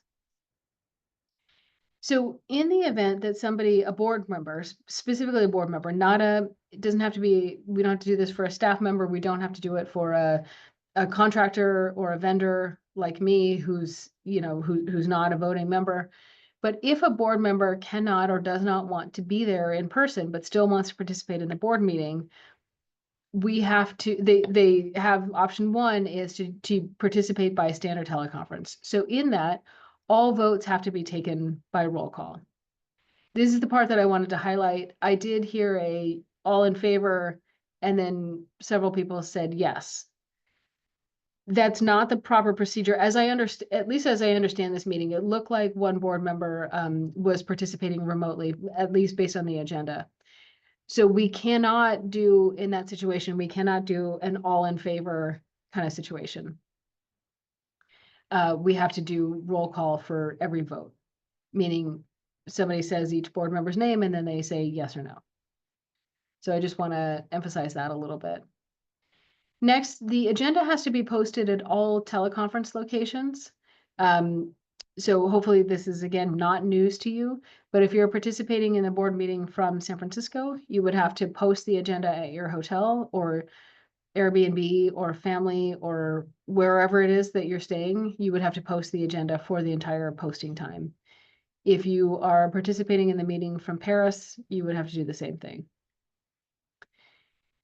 Next, each teleconference location has to be identified in the notice and the agenda, which means a couple of things. First, it means you cannot be participating in the meeting while driving or while commuting because you won't have had a fixed address. We won't have a location to put on the agenda. It also means that if you break your ankle the day before a board meeting and don't feel comfortable driving to the meeting, we cannot just stand up a standard teleconference because we would have needed to know that 72 hours before the meeting at the time that we posted the agenda. So this will not work for a last minute change in plans or, change in what you want to do. Fourth requirement is that each teleconference location has to be accessible to the public, by which we mean Americans with Disabilities Act accessible. So if you work on the second floor of an office building, we have to have an elevator to get people up there. So that's just a requirement. If you're meeting at the school site, obviously that's taken care of. Fifth, members of the public have the right to address the board directly at each teleconference location. So we'll put the address on the agenda and people could show up. And if they show up, then they have the right to be able to hear the meeting and participate in the meeting from your location. I should also say, it looked like the agenda listed the person who was going to be at the address. We actually don't have to do that. We don't have to list the person. You can just say, here's the meeting location, whatever the address is, teleconference location, 123 Main Street. And you don't have to say who's there. You may want to protect that address. And then last, a quorum of the board has to participate from within the school's jurisdiction. And this was what I just talked about on the other slide. We now know that our jurisdiction is Los Angeles County, the boundaries of Los Angeles County. So as long as 3 people are physically present for the meeting somewhere in LA County, then we have met this requirement. They don't have to be together, they don't have to be at a school site. But we do need for one of the board members to use the standard teleconference, we do have to have at least 3 people physically present in Los Angeles County. All right, so then the one that's a little more difficult here, the kind of newfangled option for remote attendance would be video conference. And so this is a response to COVID, though I will note that as it's currently written, it's set to expire on January 1 of 26. So that's the end of this year.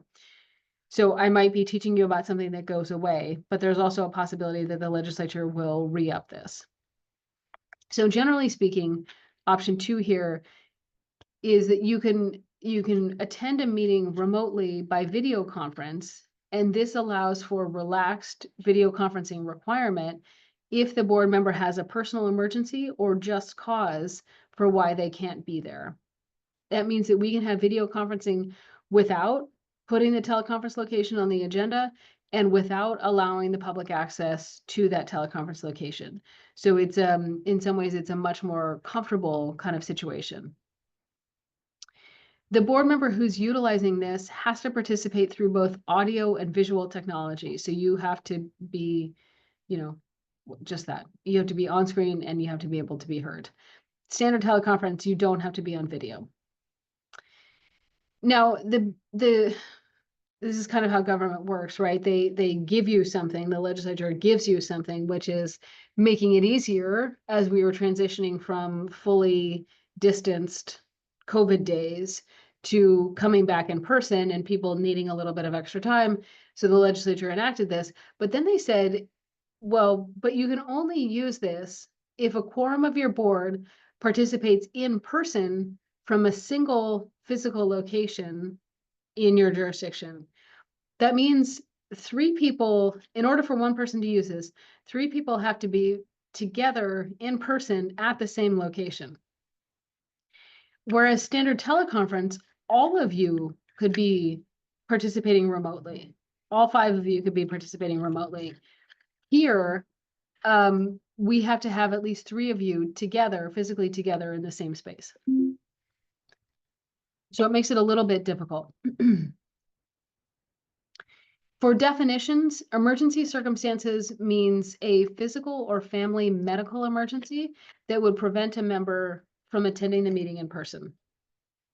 Just cause is a child care or caregiving need of a close relative, a child, a parent, a grandparent, a grandchild, sibling, I'm running out of fingers, sibling, spouse, domestic partner, that would require you, that would require you to participate remotely.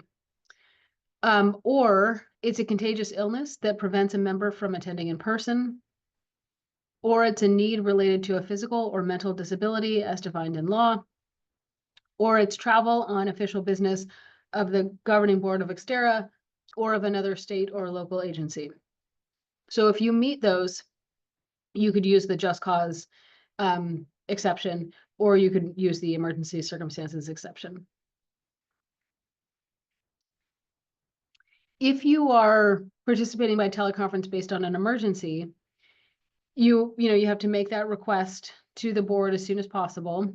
The board actually has to vote on it, which is a little bit unusual. So we don't have to go into detail about what your emergency is, but some sort of acknowledgement that the emergency meets the legal definition, and then the board would vote on letting you participate that way, participate remotely. There are some other strings placed on this, the number of times that we can use these in a calendar year. So just cause you can use twice in a calendar year. Each individual board member can use it twice in a calendar year. And then under no circumstances can a board member participate in meetings only by video conference for more than 3 consecutive months, 20% of the regular meetings in a calendar year, or more than 2 meetings if the board regularly meets fewer than 10 times in a calendar year. That is a lot to keep track of. We actually created like a kind of a tracking sheet. So if that would be helpful for you, we're happy to share it. But what we've generally found is that there are so many strings on this, on this option that a lot of board members don't use it or don't want to use it. Can't use it or don't want to use it. The last couple of strings here are kind of unusual things. If you're participating using this exception, you have to announce if there's somebody who's 18 years or older in the room with you and the general nature of their relationship to you. Kind of a bizarre thing, but that's what we have to do. And I think, yeah, so that's it on that option 2 piece. Happy to take any questions, or else I'm just going to keep rolling. All right. So now we know we're having a meeting under the Brown Act. What kind of notice and agenda requirements do we have to meet? So our general rule is that the agenda has to be posted properly in advance of the meeting. It has to include a brief description of the items to be transacted or discussed. With very few exceptions, if something's not on the agenda, the board cannot discuss it. That's kind of the ball game here under the Brown Act. If something's not on our agenda, we can't discuss it. Like we can only discuss the things that are on our agenda. So some exceptions here, just like I gave you exceptions to the definition of a meeting. There could be a situation where there's an emergency or a dire emergency.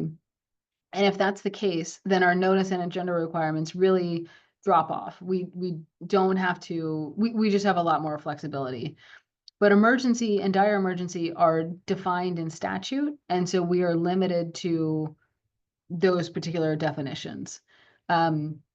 It's like a terrorist threat or a work stoppage. It's not, oh my gosh, I forgot to fill out this form. I need the board to meet right away so that I can submit it. Does not count for that. Our next exception here would be a determination by a 2/3 vote of the board members that there is a need to take immediate action, and the need for immediate action came to the attention of the board after the agenda was posted. Excuse me. In this circumstance, the board is essentially voting to add something onto the agenda. It's rare that you would actually do this in practice. Again, we have to show that there's a need to take immediate action, and the need for that action came to your attention after the agenda was posted. It's rare to have both of those. It's also rare for something to come up in such a time that you couldn't just call a special meeting to handle it. So essentially, if you're meeting in the afternoon, something would have had to come up in the morning that the staff needed the board's input on. So it's pretty unusual that you would use that exception. The third exception would be if you start a meeting on a Monday. I guess today's Tuesday, but if you start a meeting on a Monday, you don't make it through the entire agenda. You can pick up that same meeting again on Thursday without posting a new agenda. Really unusual situation. Almost never happens for charter schools. Kind of once we're together, we're going to make it through the agenda. Now, numbers 4, 5, and 6, these are just reminders to you that even though the Brown Act is like putting all these kind of limitations on how you can communicate and like how you make decisions and all that, you still are a human and you can still have human reactions. So if somebody comes in and shares some difficult, like a difficult situation and is looking for help, you can direct staff, board members can direct staff to follow up with that person and help them. Board members can make brief responses, they can ask clarifying questions, and they can make announcements during a meeting. And then they can also identify future agenda items, things that they want to make sure to be talking about in the next meeting agenda or in a couple meetings. We just can't get into a lot of depth there. I'm sure these numbers are familiar to you. For regular meetings, we post the agenda 72 hours in advance. For special meetings, we post 24 hours in advance. And for emergency meetings, we post just 1 hour in advance. Just a reminder that every day counts as a posting day. Weekends count, Saturday and Sunday count, days when school is non-session count, everything counts as a posting day.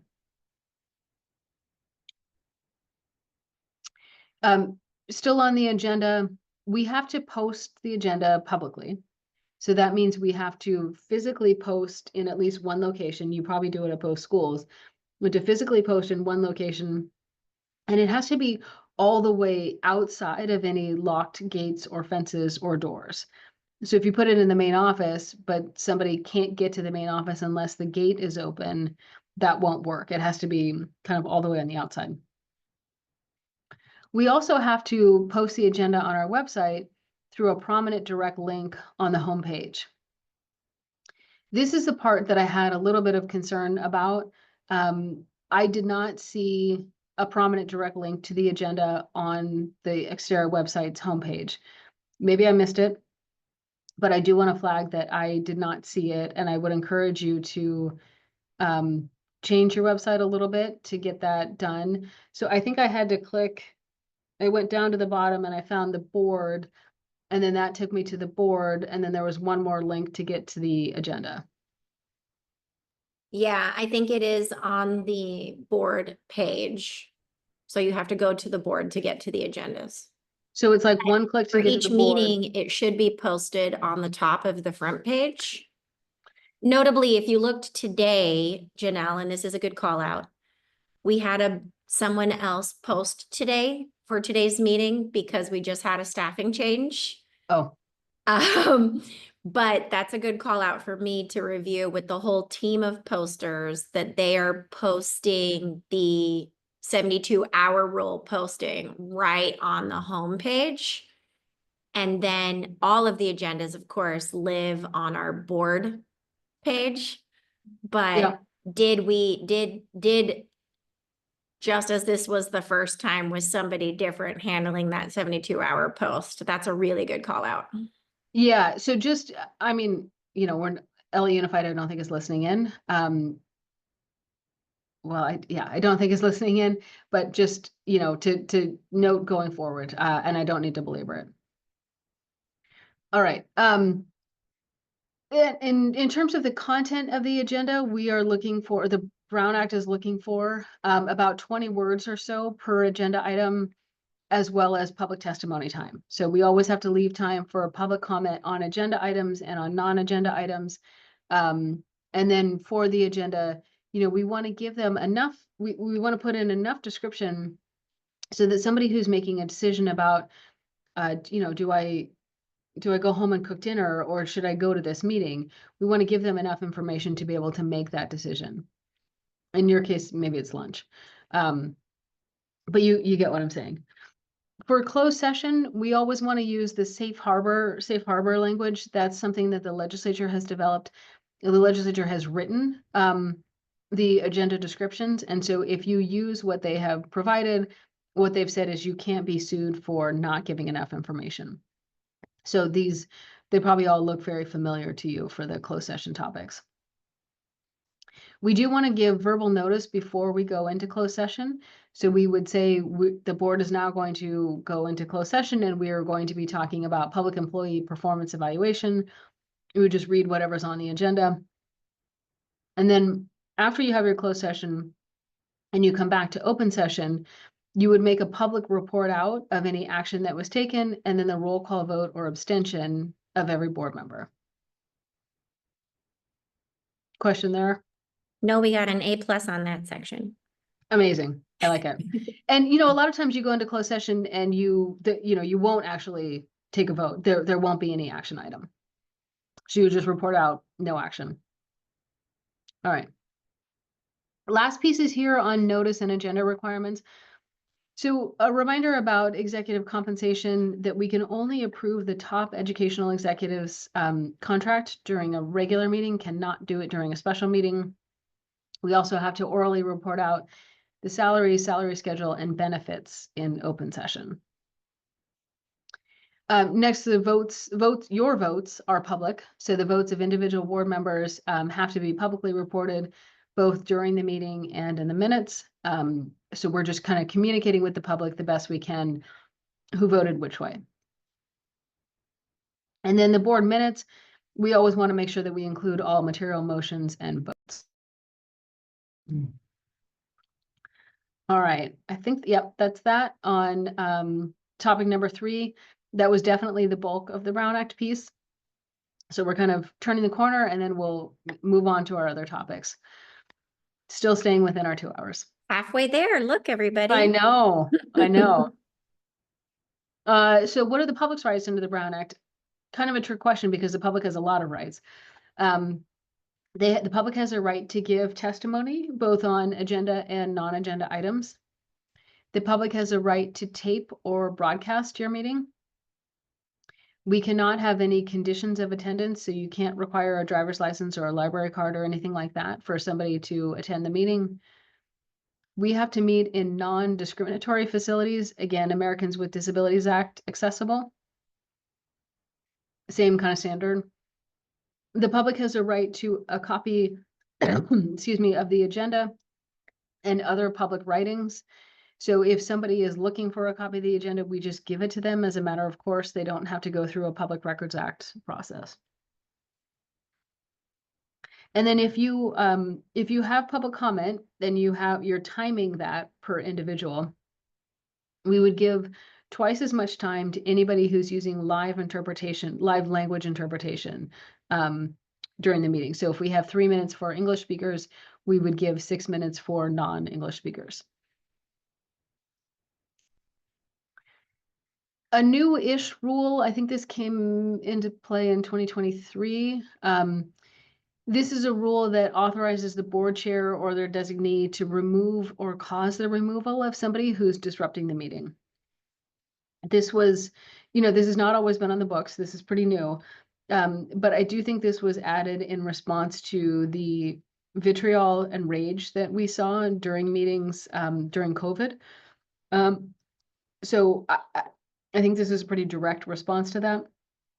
The board chair has the authority to remove somebody who's disrupting a meeting. Disrupting means engaging in behavior during a board meeting that actually disrupts, disturbs, impedes, or renders infeasible the orderly conduct of that meeting, including failing to comply with the rules that you've set for your meetings and engaging in behavior that constitutes a true threat, the use of force or a true threat of force. So I truly hope this is something that never comes up for you, that you never have any need to utilize this. But if you do, this right is out there. Generally speaking, we would have to give a warning before removing the person, telling them that their conduct is disrupting the meeting, and if they don't stop their behavior, it could result in their removal. After you've given the warning, then you could remove them.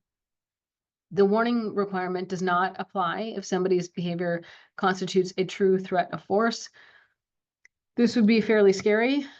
True threat of force would be a threat that has sufficient indicia of intent and seriousness that a reasonable observer would perceive it to be an actual threat to use force by the person making the threat.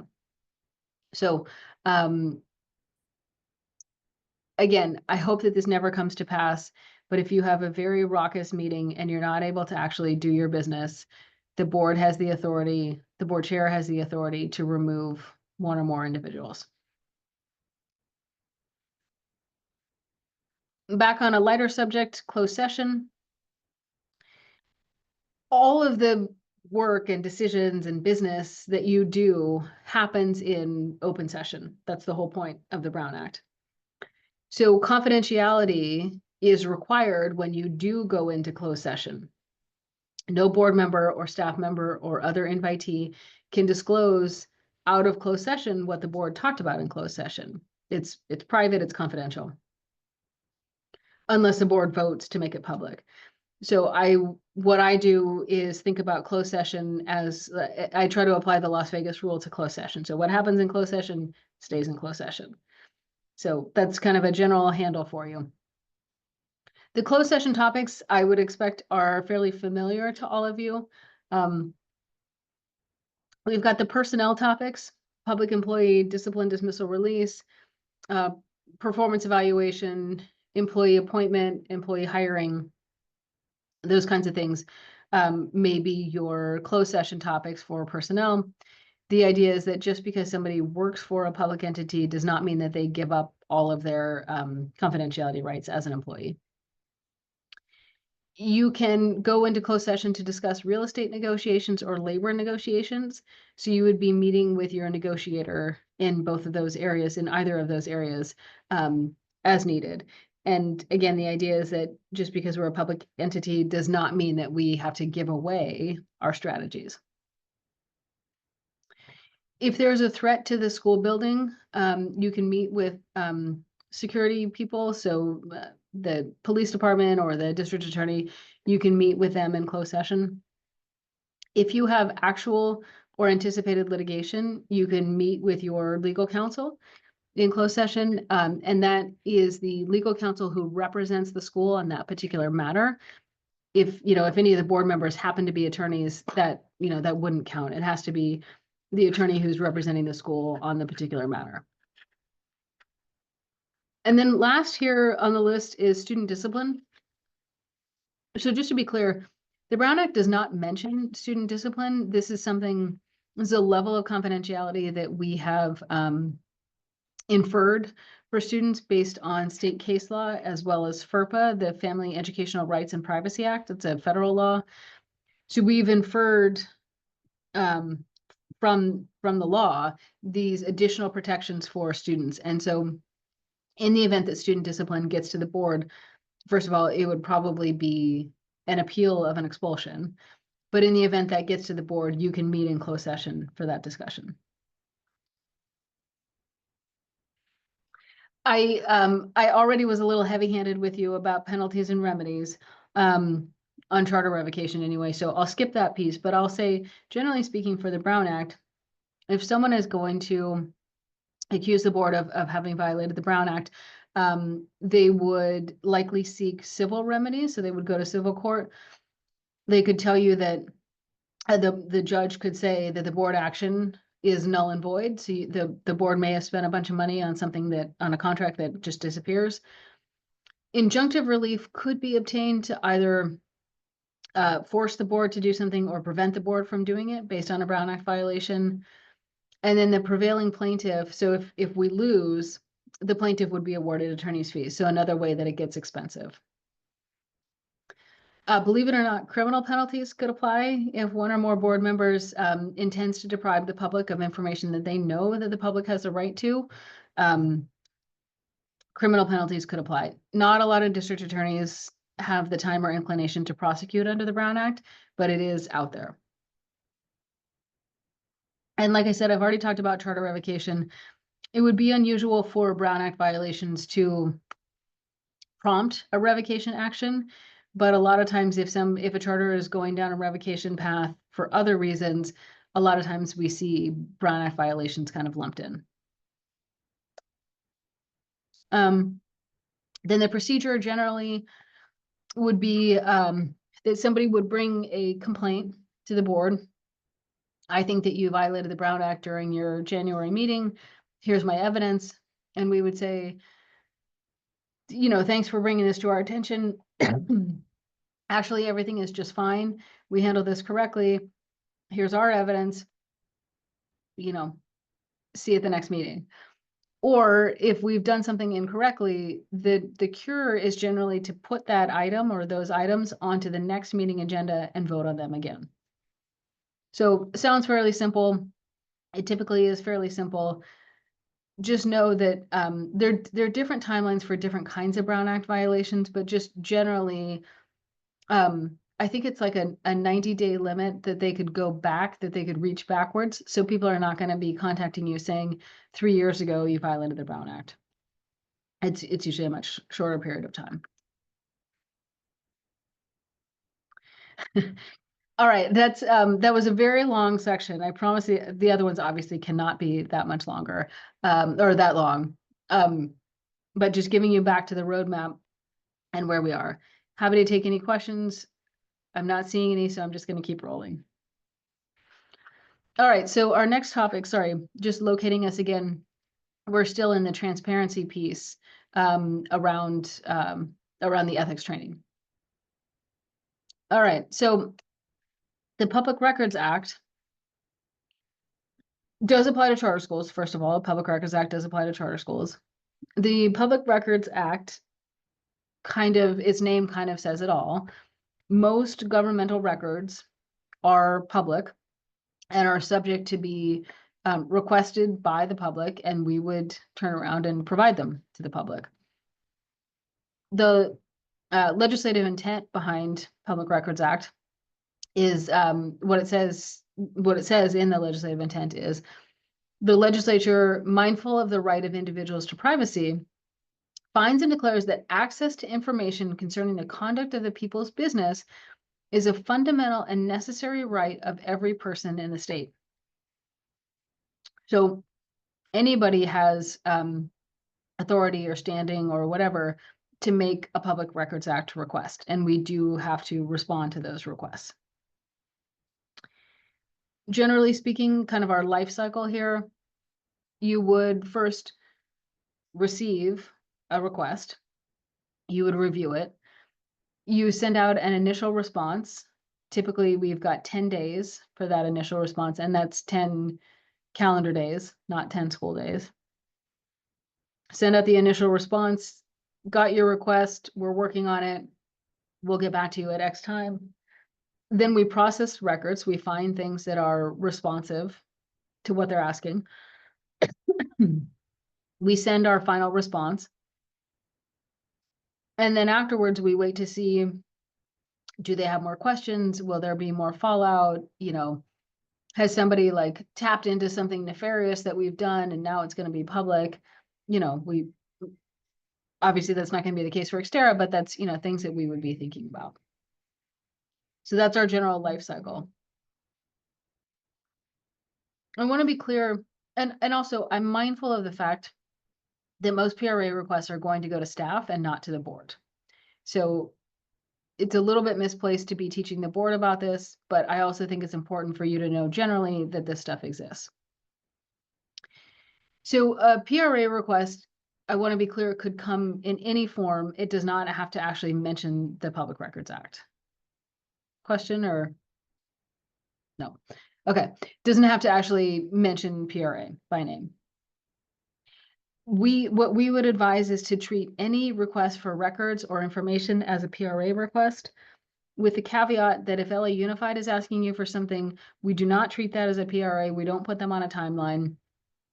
They're our authorizer. The law says that they can make reasonable requests for information. But generally speaking, if somebody says offhandedly or pointedly, send me this, treat it as a PRA. We want to, if they do say, you know, send me your policy, we would write something up that says, hey, we've received a PRA request asking for this particular policy, and then we send a copy of that to the requester. It helps us keep it organized on our end. So the law says around receipt and review of the PRA request that it does not allow limitations on access to a public record based on the purpose for which the record is being requested, if the record is otherwise subject to disclosure. So basically, the person's motive in making a request is essentially irrelevant. Sometimes PRAs indicate some sort of like disturbance in the force. Somebody's upset about something and they think that they can bring the school to heel by burying us in paperwork. And so if that's the case, you know, you may think to yourself, I don't have to give this to them. They're just going to use it to harm us. And it's just not the case. Like, we have to kind of be the bigger person here. And just, you know, we have to comply no matter what the reason is for the request. So processing the records, what is a public record, right? By law, by definition, it includes any writing containing information relating to the conduct of the public's business that is prepared, owned, used, or retained by any state or local agency, regardless of the physical form that it's stored in or its characteristics. Longer definition of a writing. So a writing could be a handwriting, a typewriting, a printing, a photostatting. I'm not going to read all of these. Email or fax, or every other means of recording upon a tangible thing, any form of communication or representation, kind of whatsoever. So writing is defined very broadly as it possibly could. And it is intended to include anything that the legislature could think of. Oh, I think that's what this says from the court. This definition is intended to cover every conceivable kind of record that's involved in the governmental process and will pertain to any new form of record-keeping instrument as it's developed. So this is like kind of the PRA does change to keep up with current technology. Only purely personal information unrelated to the conduct of the public's business could be considered exempt from this definition. So it really is intended to be everything.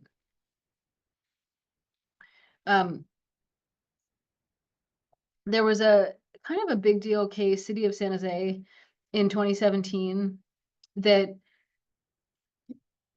I think clarified some pieces around the Public Records Act request. Basically, the City of San Jose was trying to exclude some records from a PRA. And the court said a city employee's, I think this went all the way to the state Supreme Court. A city employee's writings about public business are not excluded from PRA requests simply because they've been sent, received, or stored in a personal account. So if you think, oh, I know how to get around a PRA request, I'll just use my Gmail or my Yahoo Mail or my BlackBerry or my phone, or, you know, whatever it is you think you're going to use as a way to get around a potential Public Records Act request, it won't work. So if you're communicating about school business or the conduct of the public, the conduct of the public's business, it doesn't matter what device you did it on. It doesn't matter what account you did it from. That is still subject to a PRA. When we drill down into this, the factors that we look at are the content of what the message is, its context and purpose, the audience to whom it was directed, and then was it prepared by an employee who was acting or purporting to act within the scope of their employment? If yes, then that becomes subject to disclosure. We start from the standpoint that every record is disclosable.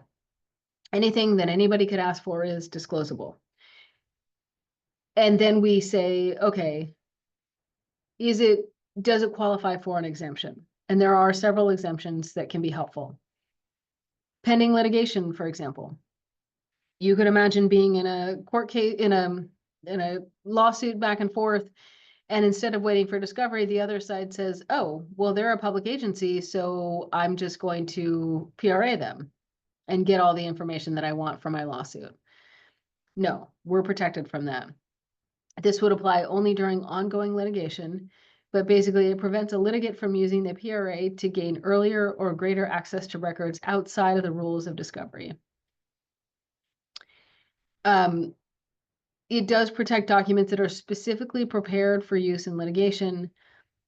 Once the litigation is over, settlements are generally disclosable. And attorney's fees and invoices while litigation is pending are exempt. Other exemptions are for personnel, medical, or similar files. So we don't want an unwarranted invasion in privacy. If somebody requests a personnel file, there's a lot that we can protect there. We do need to be very careful if we're preparing a lot of documents that we're not accidentally scooping up something that would otherwise be private. Evaluations are exempt. And then when it comes to investigation reports, personnel exemption can be overridden if the allegation being investigated are substantial in nature and well-founded. So there may be cause that we actually do have to produce investigation report, but it's a very factually specific determination there. If we have something in draft form, it would not be disclosable. So if it's something that's not kept in the ordinary course of business and the public interest in withholding the information outweighs the public interest in disclosure, then we do not have to provide drafts. Some records are exempted by federal or state law. If something's attorney-client privileged, it's exempt. Under FERPA, the Family Educational Rights and Privacy Act, identifiable student records are exempt from PRA. So I just want to say again about the attorney-client privilege, any emails from our office are not disclosable under the Public Records Act request. And there's also a catch-all exemption really to protect information, which is a balancing test of the public interest in disclosing something versus the public interest in keeping it private. And there are circumstances where the public interest in keeping something private actually does outweigh the interest in making it public. And in those cases, we do not have to disclose. Generally speaking, you're not going to get PRAs that have to go down to that level of sensitivity, but it might happen. There are some exemptions that protect basically pre-decision discussions. So the deliberative process, that's kind of along the lines of drafts. Then after we produce our records, if somebody wants to enforce their rights under the PRA, they can institute proceedings for injunctive or declaratory relief or seek a writ of mandate to force us to produce more. The court will award court costs and reasonable fees to the plaintiff if the plaintiff wins. So again, could be expensive. Generally speaking, the costs and fees are paid by the public agency and don't become a personal liability of any public official. If the court finds that the plaintiff's case against us is frivolous, then it awards court costs and fees to the public agency. A few notes on kind of best practices around electronic communications. You know, because school communications on a personal device or through a personal account are disclosable, we do recommend that employees and board members only use school-issued email and school-issued devices for all communications touching on the public business. It's just a way of protecting you from having your personal records kind of combed through. I'm sure I don't have to tell you this, but we want to keep school-related email communication professional. Assume that anything you write can be published. And that may mean that it takes you an extra 2 minutes before you send your email, but just have that in the back of your mind. We talked about this in the Brown Act, but we would strongly discourage discussing public business on any social media. Excuse me. And we similarly, just as I talked about in the Brown Act, discourage employees and board members from using text messages to communicate about public business, because again, those could be subject to disclosure. And it's uncomfortable to have somebody searching through your phone to find that information. And then if you don't, we would recommend adopting a record retention policy that addresses all records, including email retention, because what it would do is allow you to destroy records.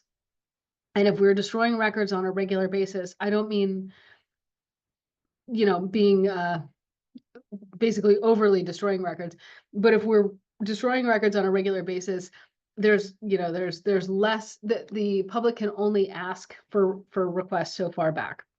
So that could be in your best interest to follow that policy.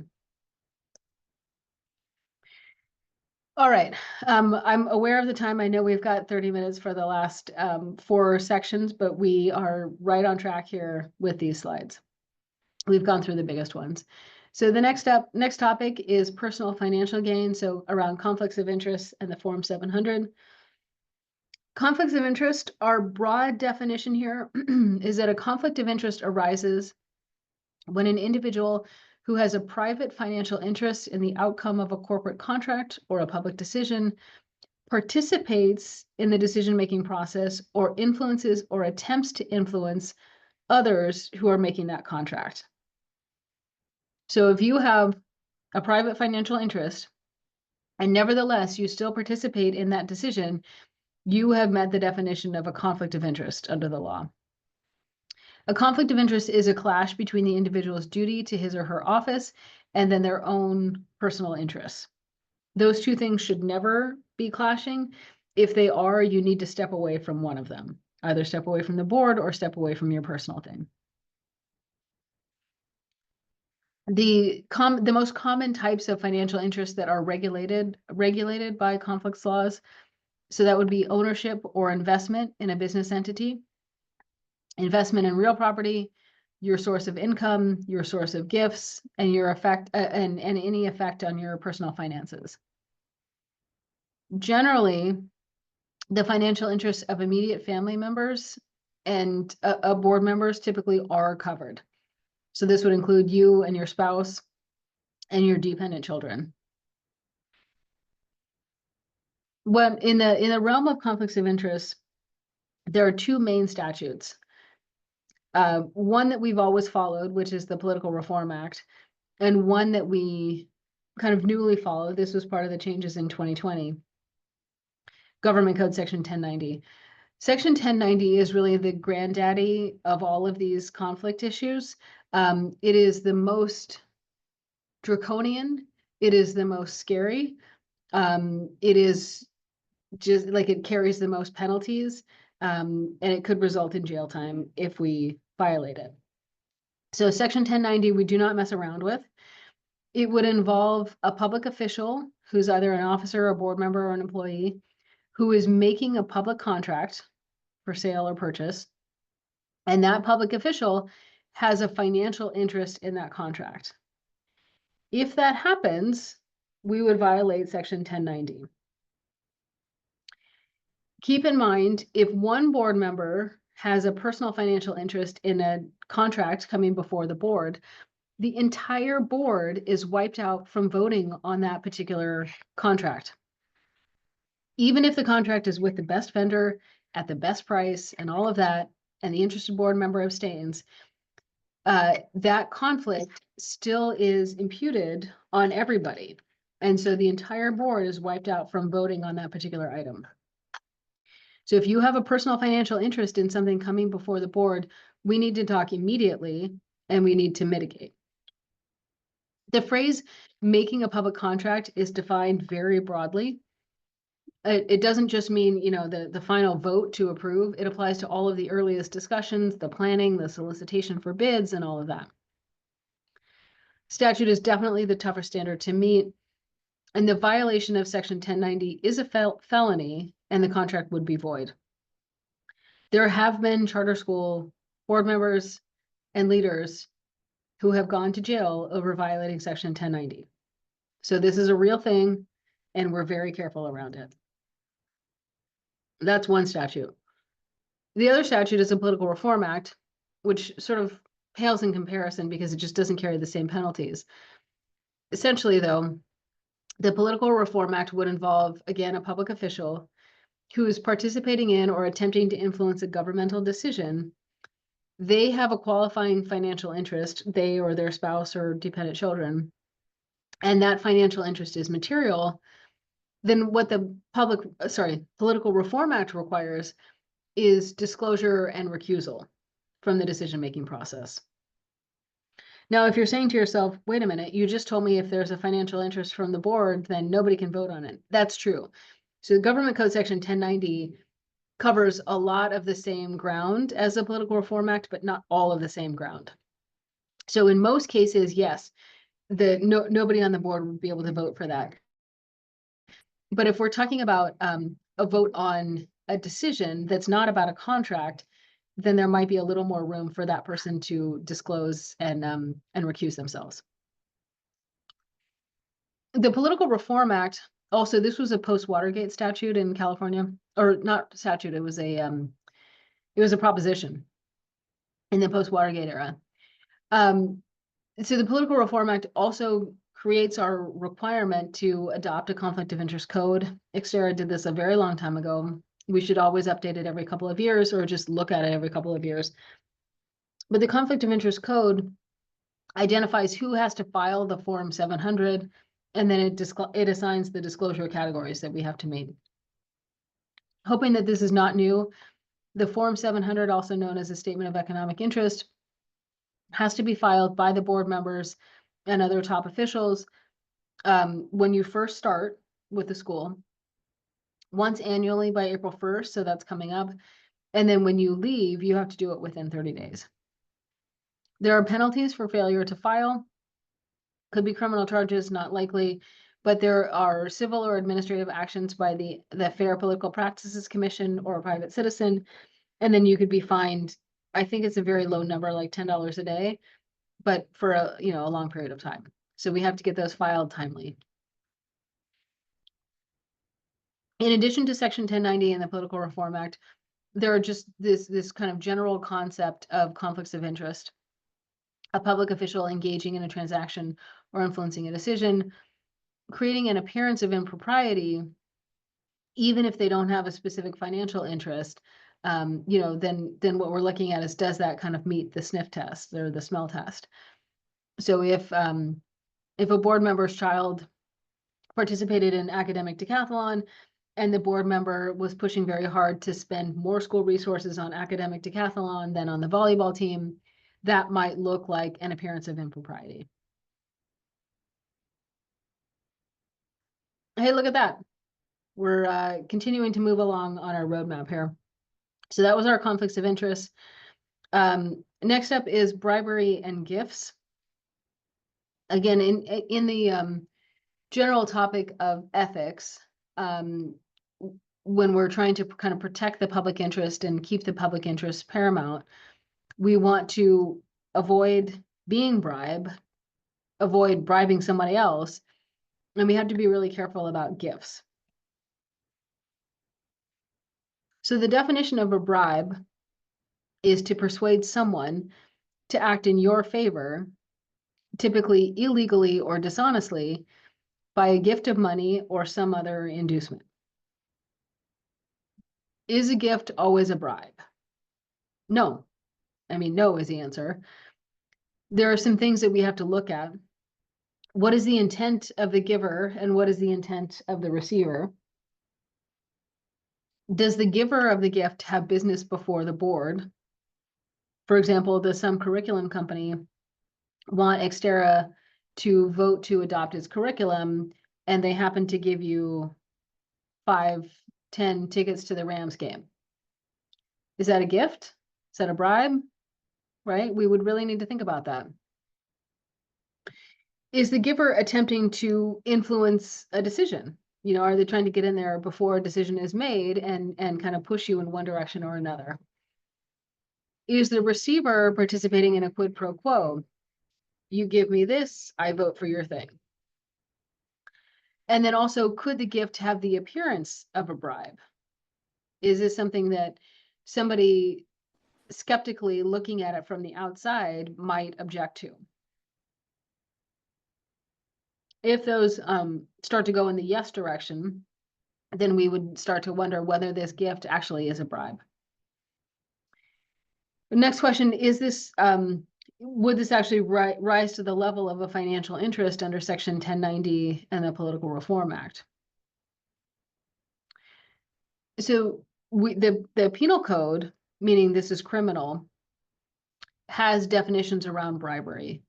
So every executive or ministerial officer, employee, or appointee of the state or county or political subdivision, that would be us, we'd be a political subdivision, who asks, receives, or agrees to receive any bribe upon any agreement or understanding that his or her vote, opinion, or action upon any matter then pending, or that might be brought before them in their official capacity, shall be influenced thereby, is punishable by imprisonment, and in addition forfeits their office, employment, or appointment, and is forever disqualified from holding any office, employment, appointment in this state. It's not, you know, we are likely a political subdivision, but I don't want to find that out for sure. I hope this goes without saying, but please don't bribe other public officials. Unless, no, I'm kidding, Janelle. Some of us are Unless it's really reacting to important. current events. Unless there's a Better. really important reason to, yeah.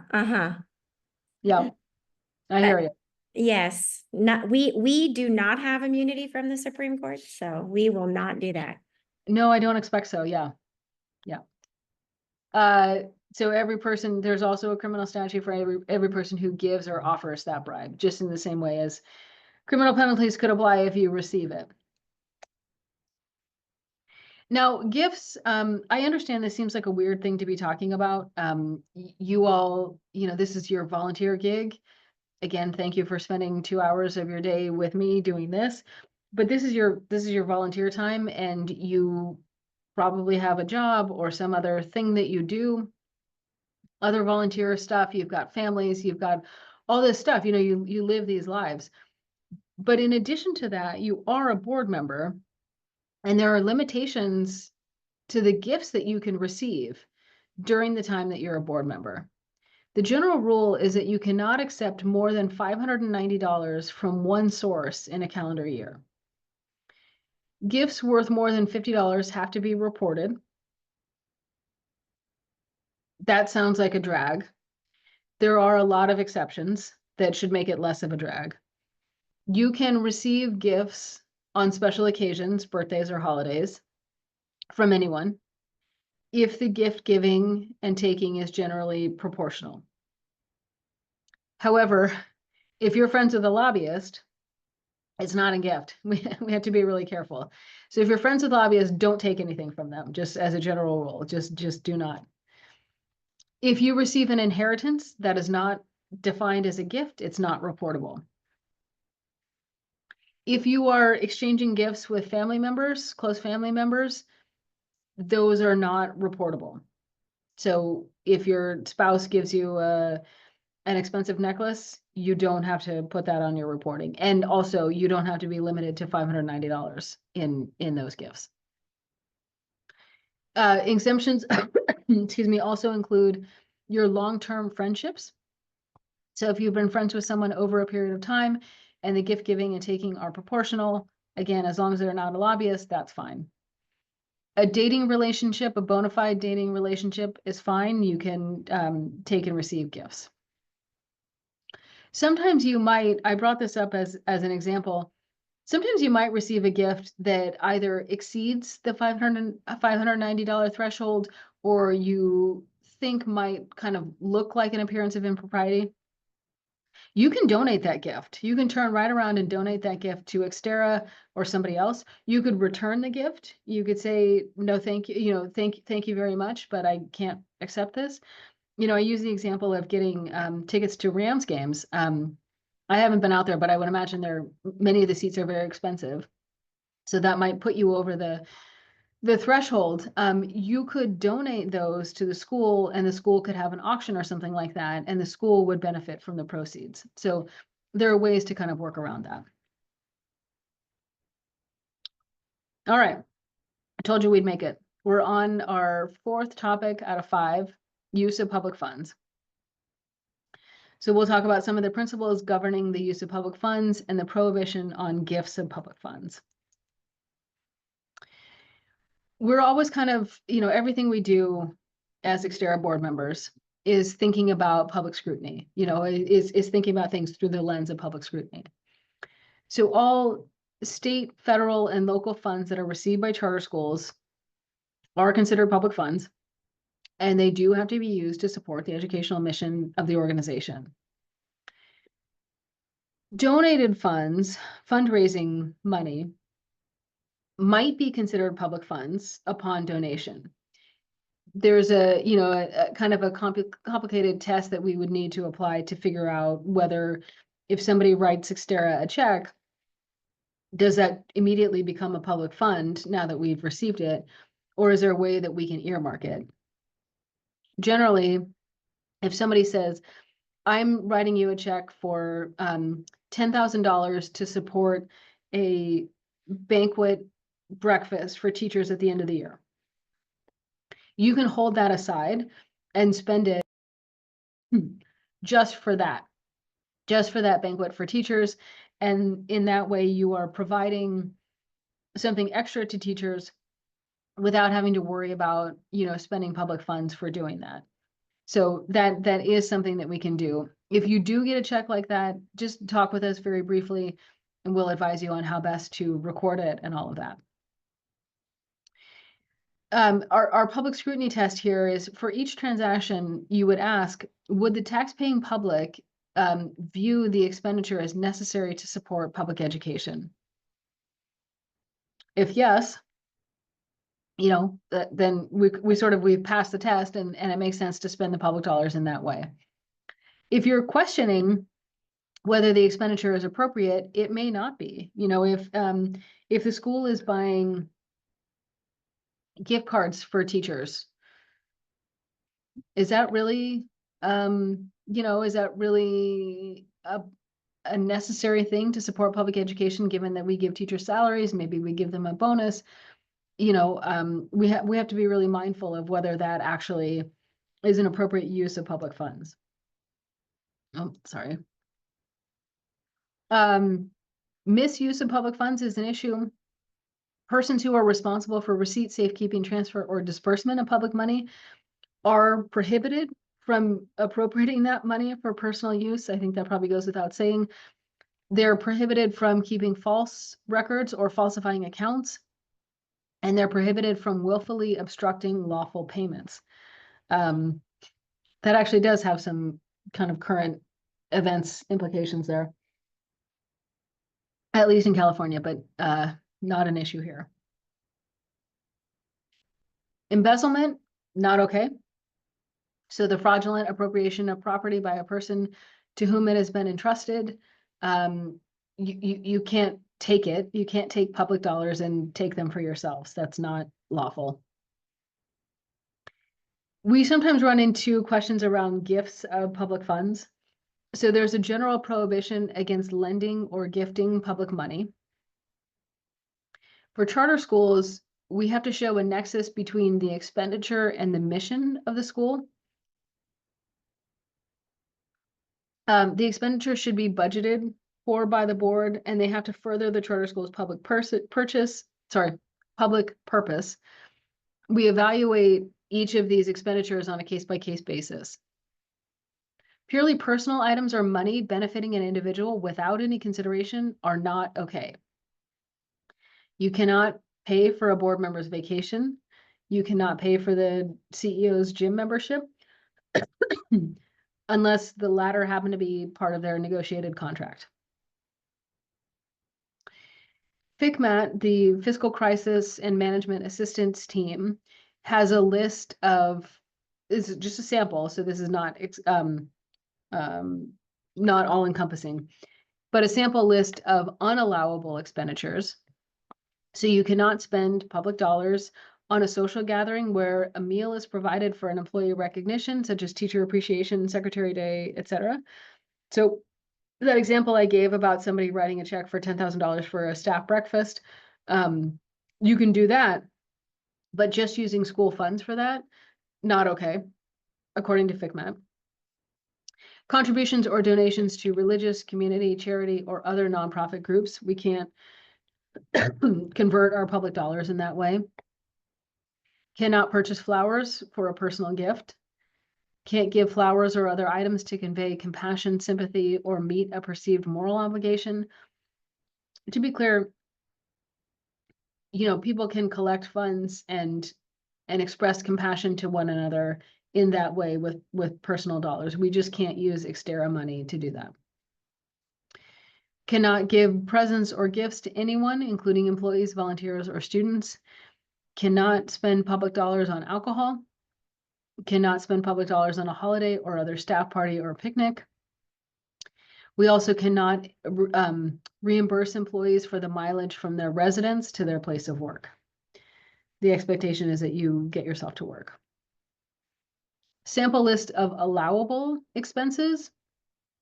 So this would be school furniture, supplies and equipment, teacher and faculty salaries, uniforms and regalia for band, choir, athletic teams, caps and gowns for graduation, instructional materials and textbooks, maintenance of buildings and facilities, research and promotional activities to advance public education, awards to students for excellence or to employees for exceptional contributions, if it's in the board policy, flowers or decorations for a school award ceremony, transportation for students, refreshments or meals in meetings where we're talking about school business, or snacks, refreshments, and food for students during the course of the school day that are deemed to contribute to the educational process. For example, sometimes schools will have milkshakes or some other kind of treat for kids who show up on testing day, because we got to get that 95% participation. So our very last piece here, don't have too many more slides. We're definitely going to make it. I'm just going to try to stretch it just a tiny bit, but I think we'll end a little bit early here. So the last piece that we're talking about under ethics is fair process, where we are eliminating bias. There's a prohibition on incompatible offices, and we have to take care to avoid nepotism. Again, I understand the current moment in the country where we are, and some of these might seem a little bit surprising given what the federal government is doing. So again, fair processes, we do want to eliminate bias. We are still standing up for elimination of bias. In every action, decision, and policy, the board and each board member has to uphold the anti-discrimination laws required of the charter school.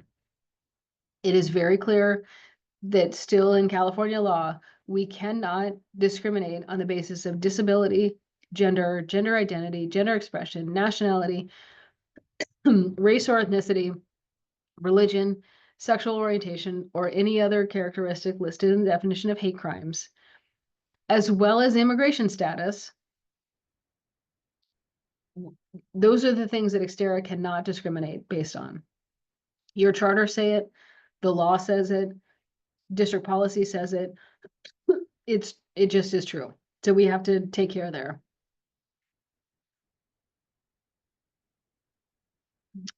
In circumstances where a board member is acting as a fact finder, like on the expulsion appeal, courts have recognized that an individual, so the student or their parent, has the right to a tribunal that meets standards of impartiality.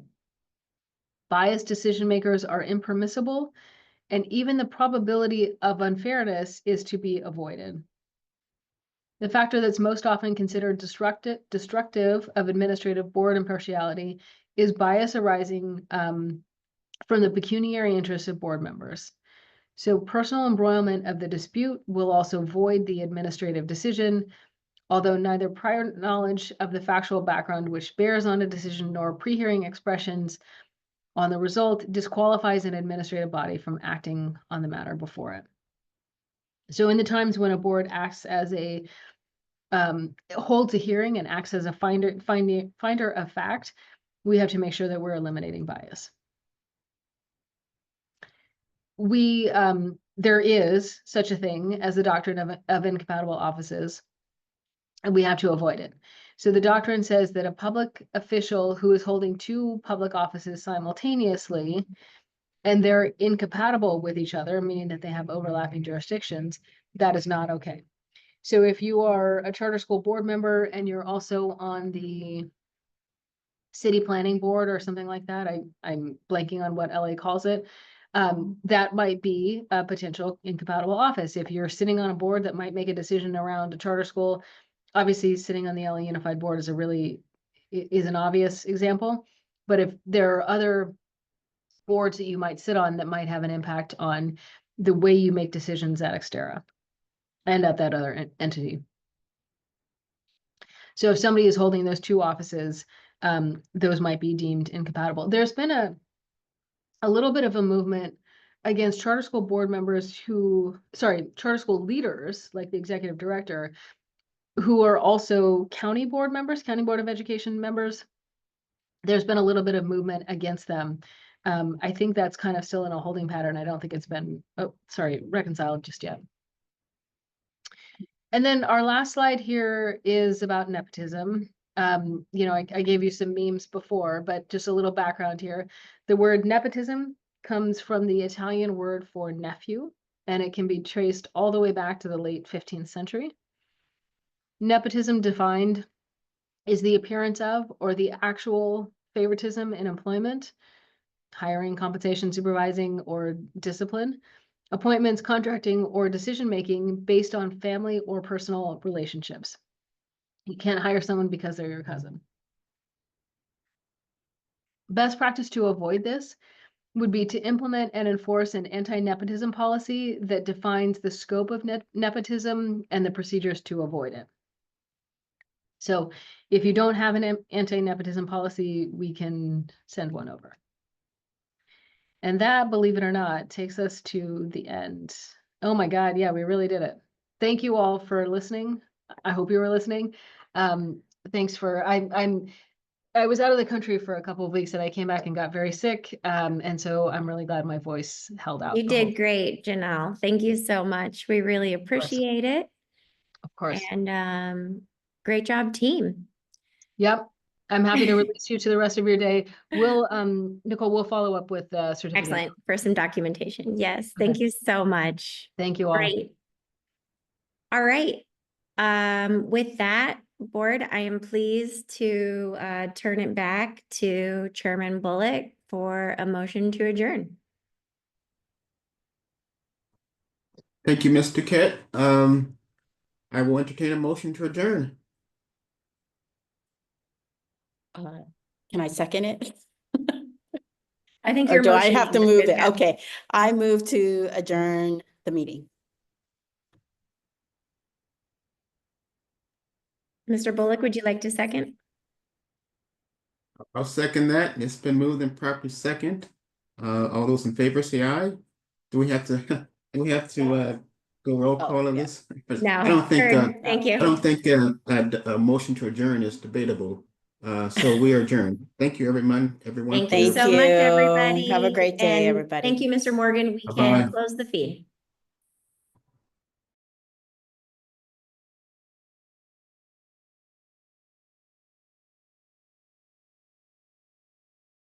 Say it again, please. I had Valerie at my desk. Nicole. We are ready for you to close the feed. Okay, got it. Thank you. Thank you.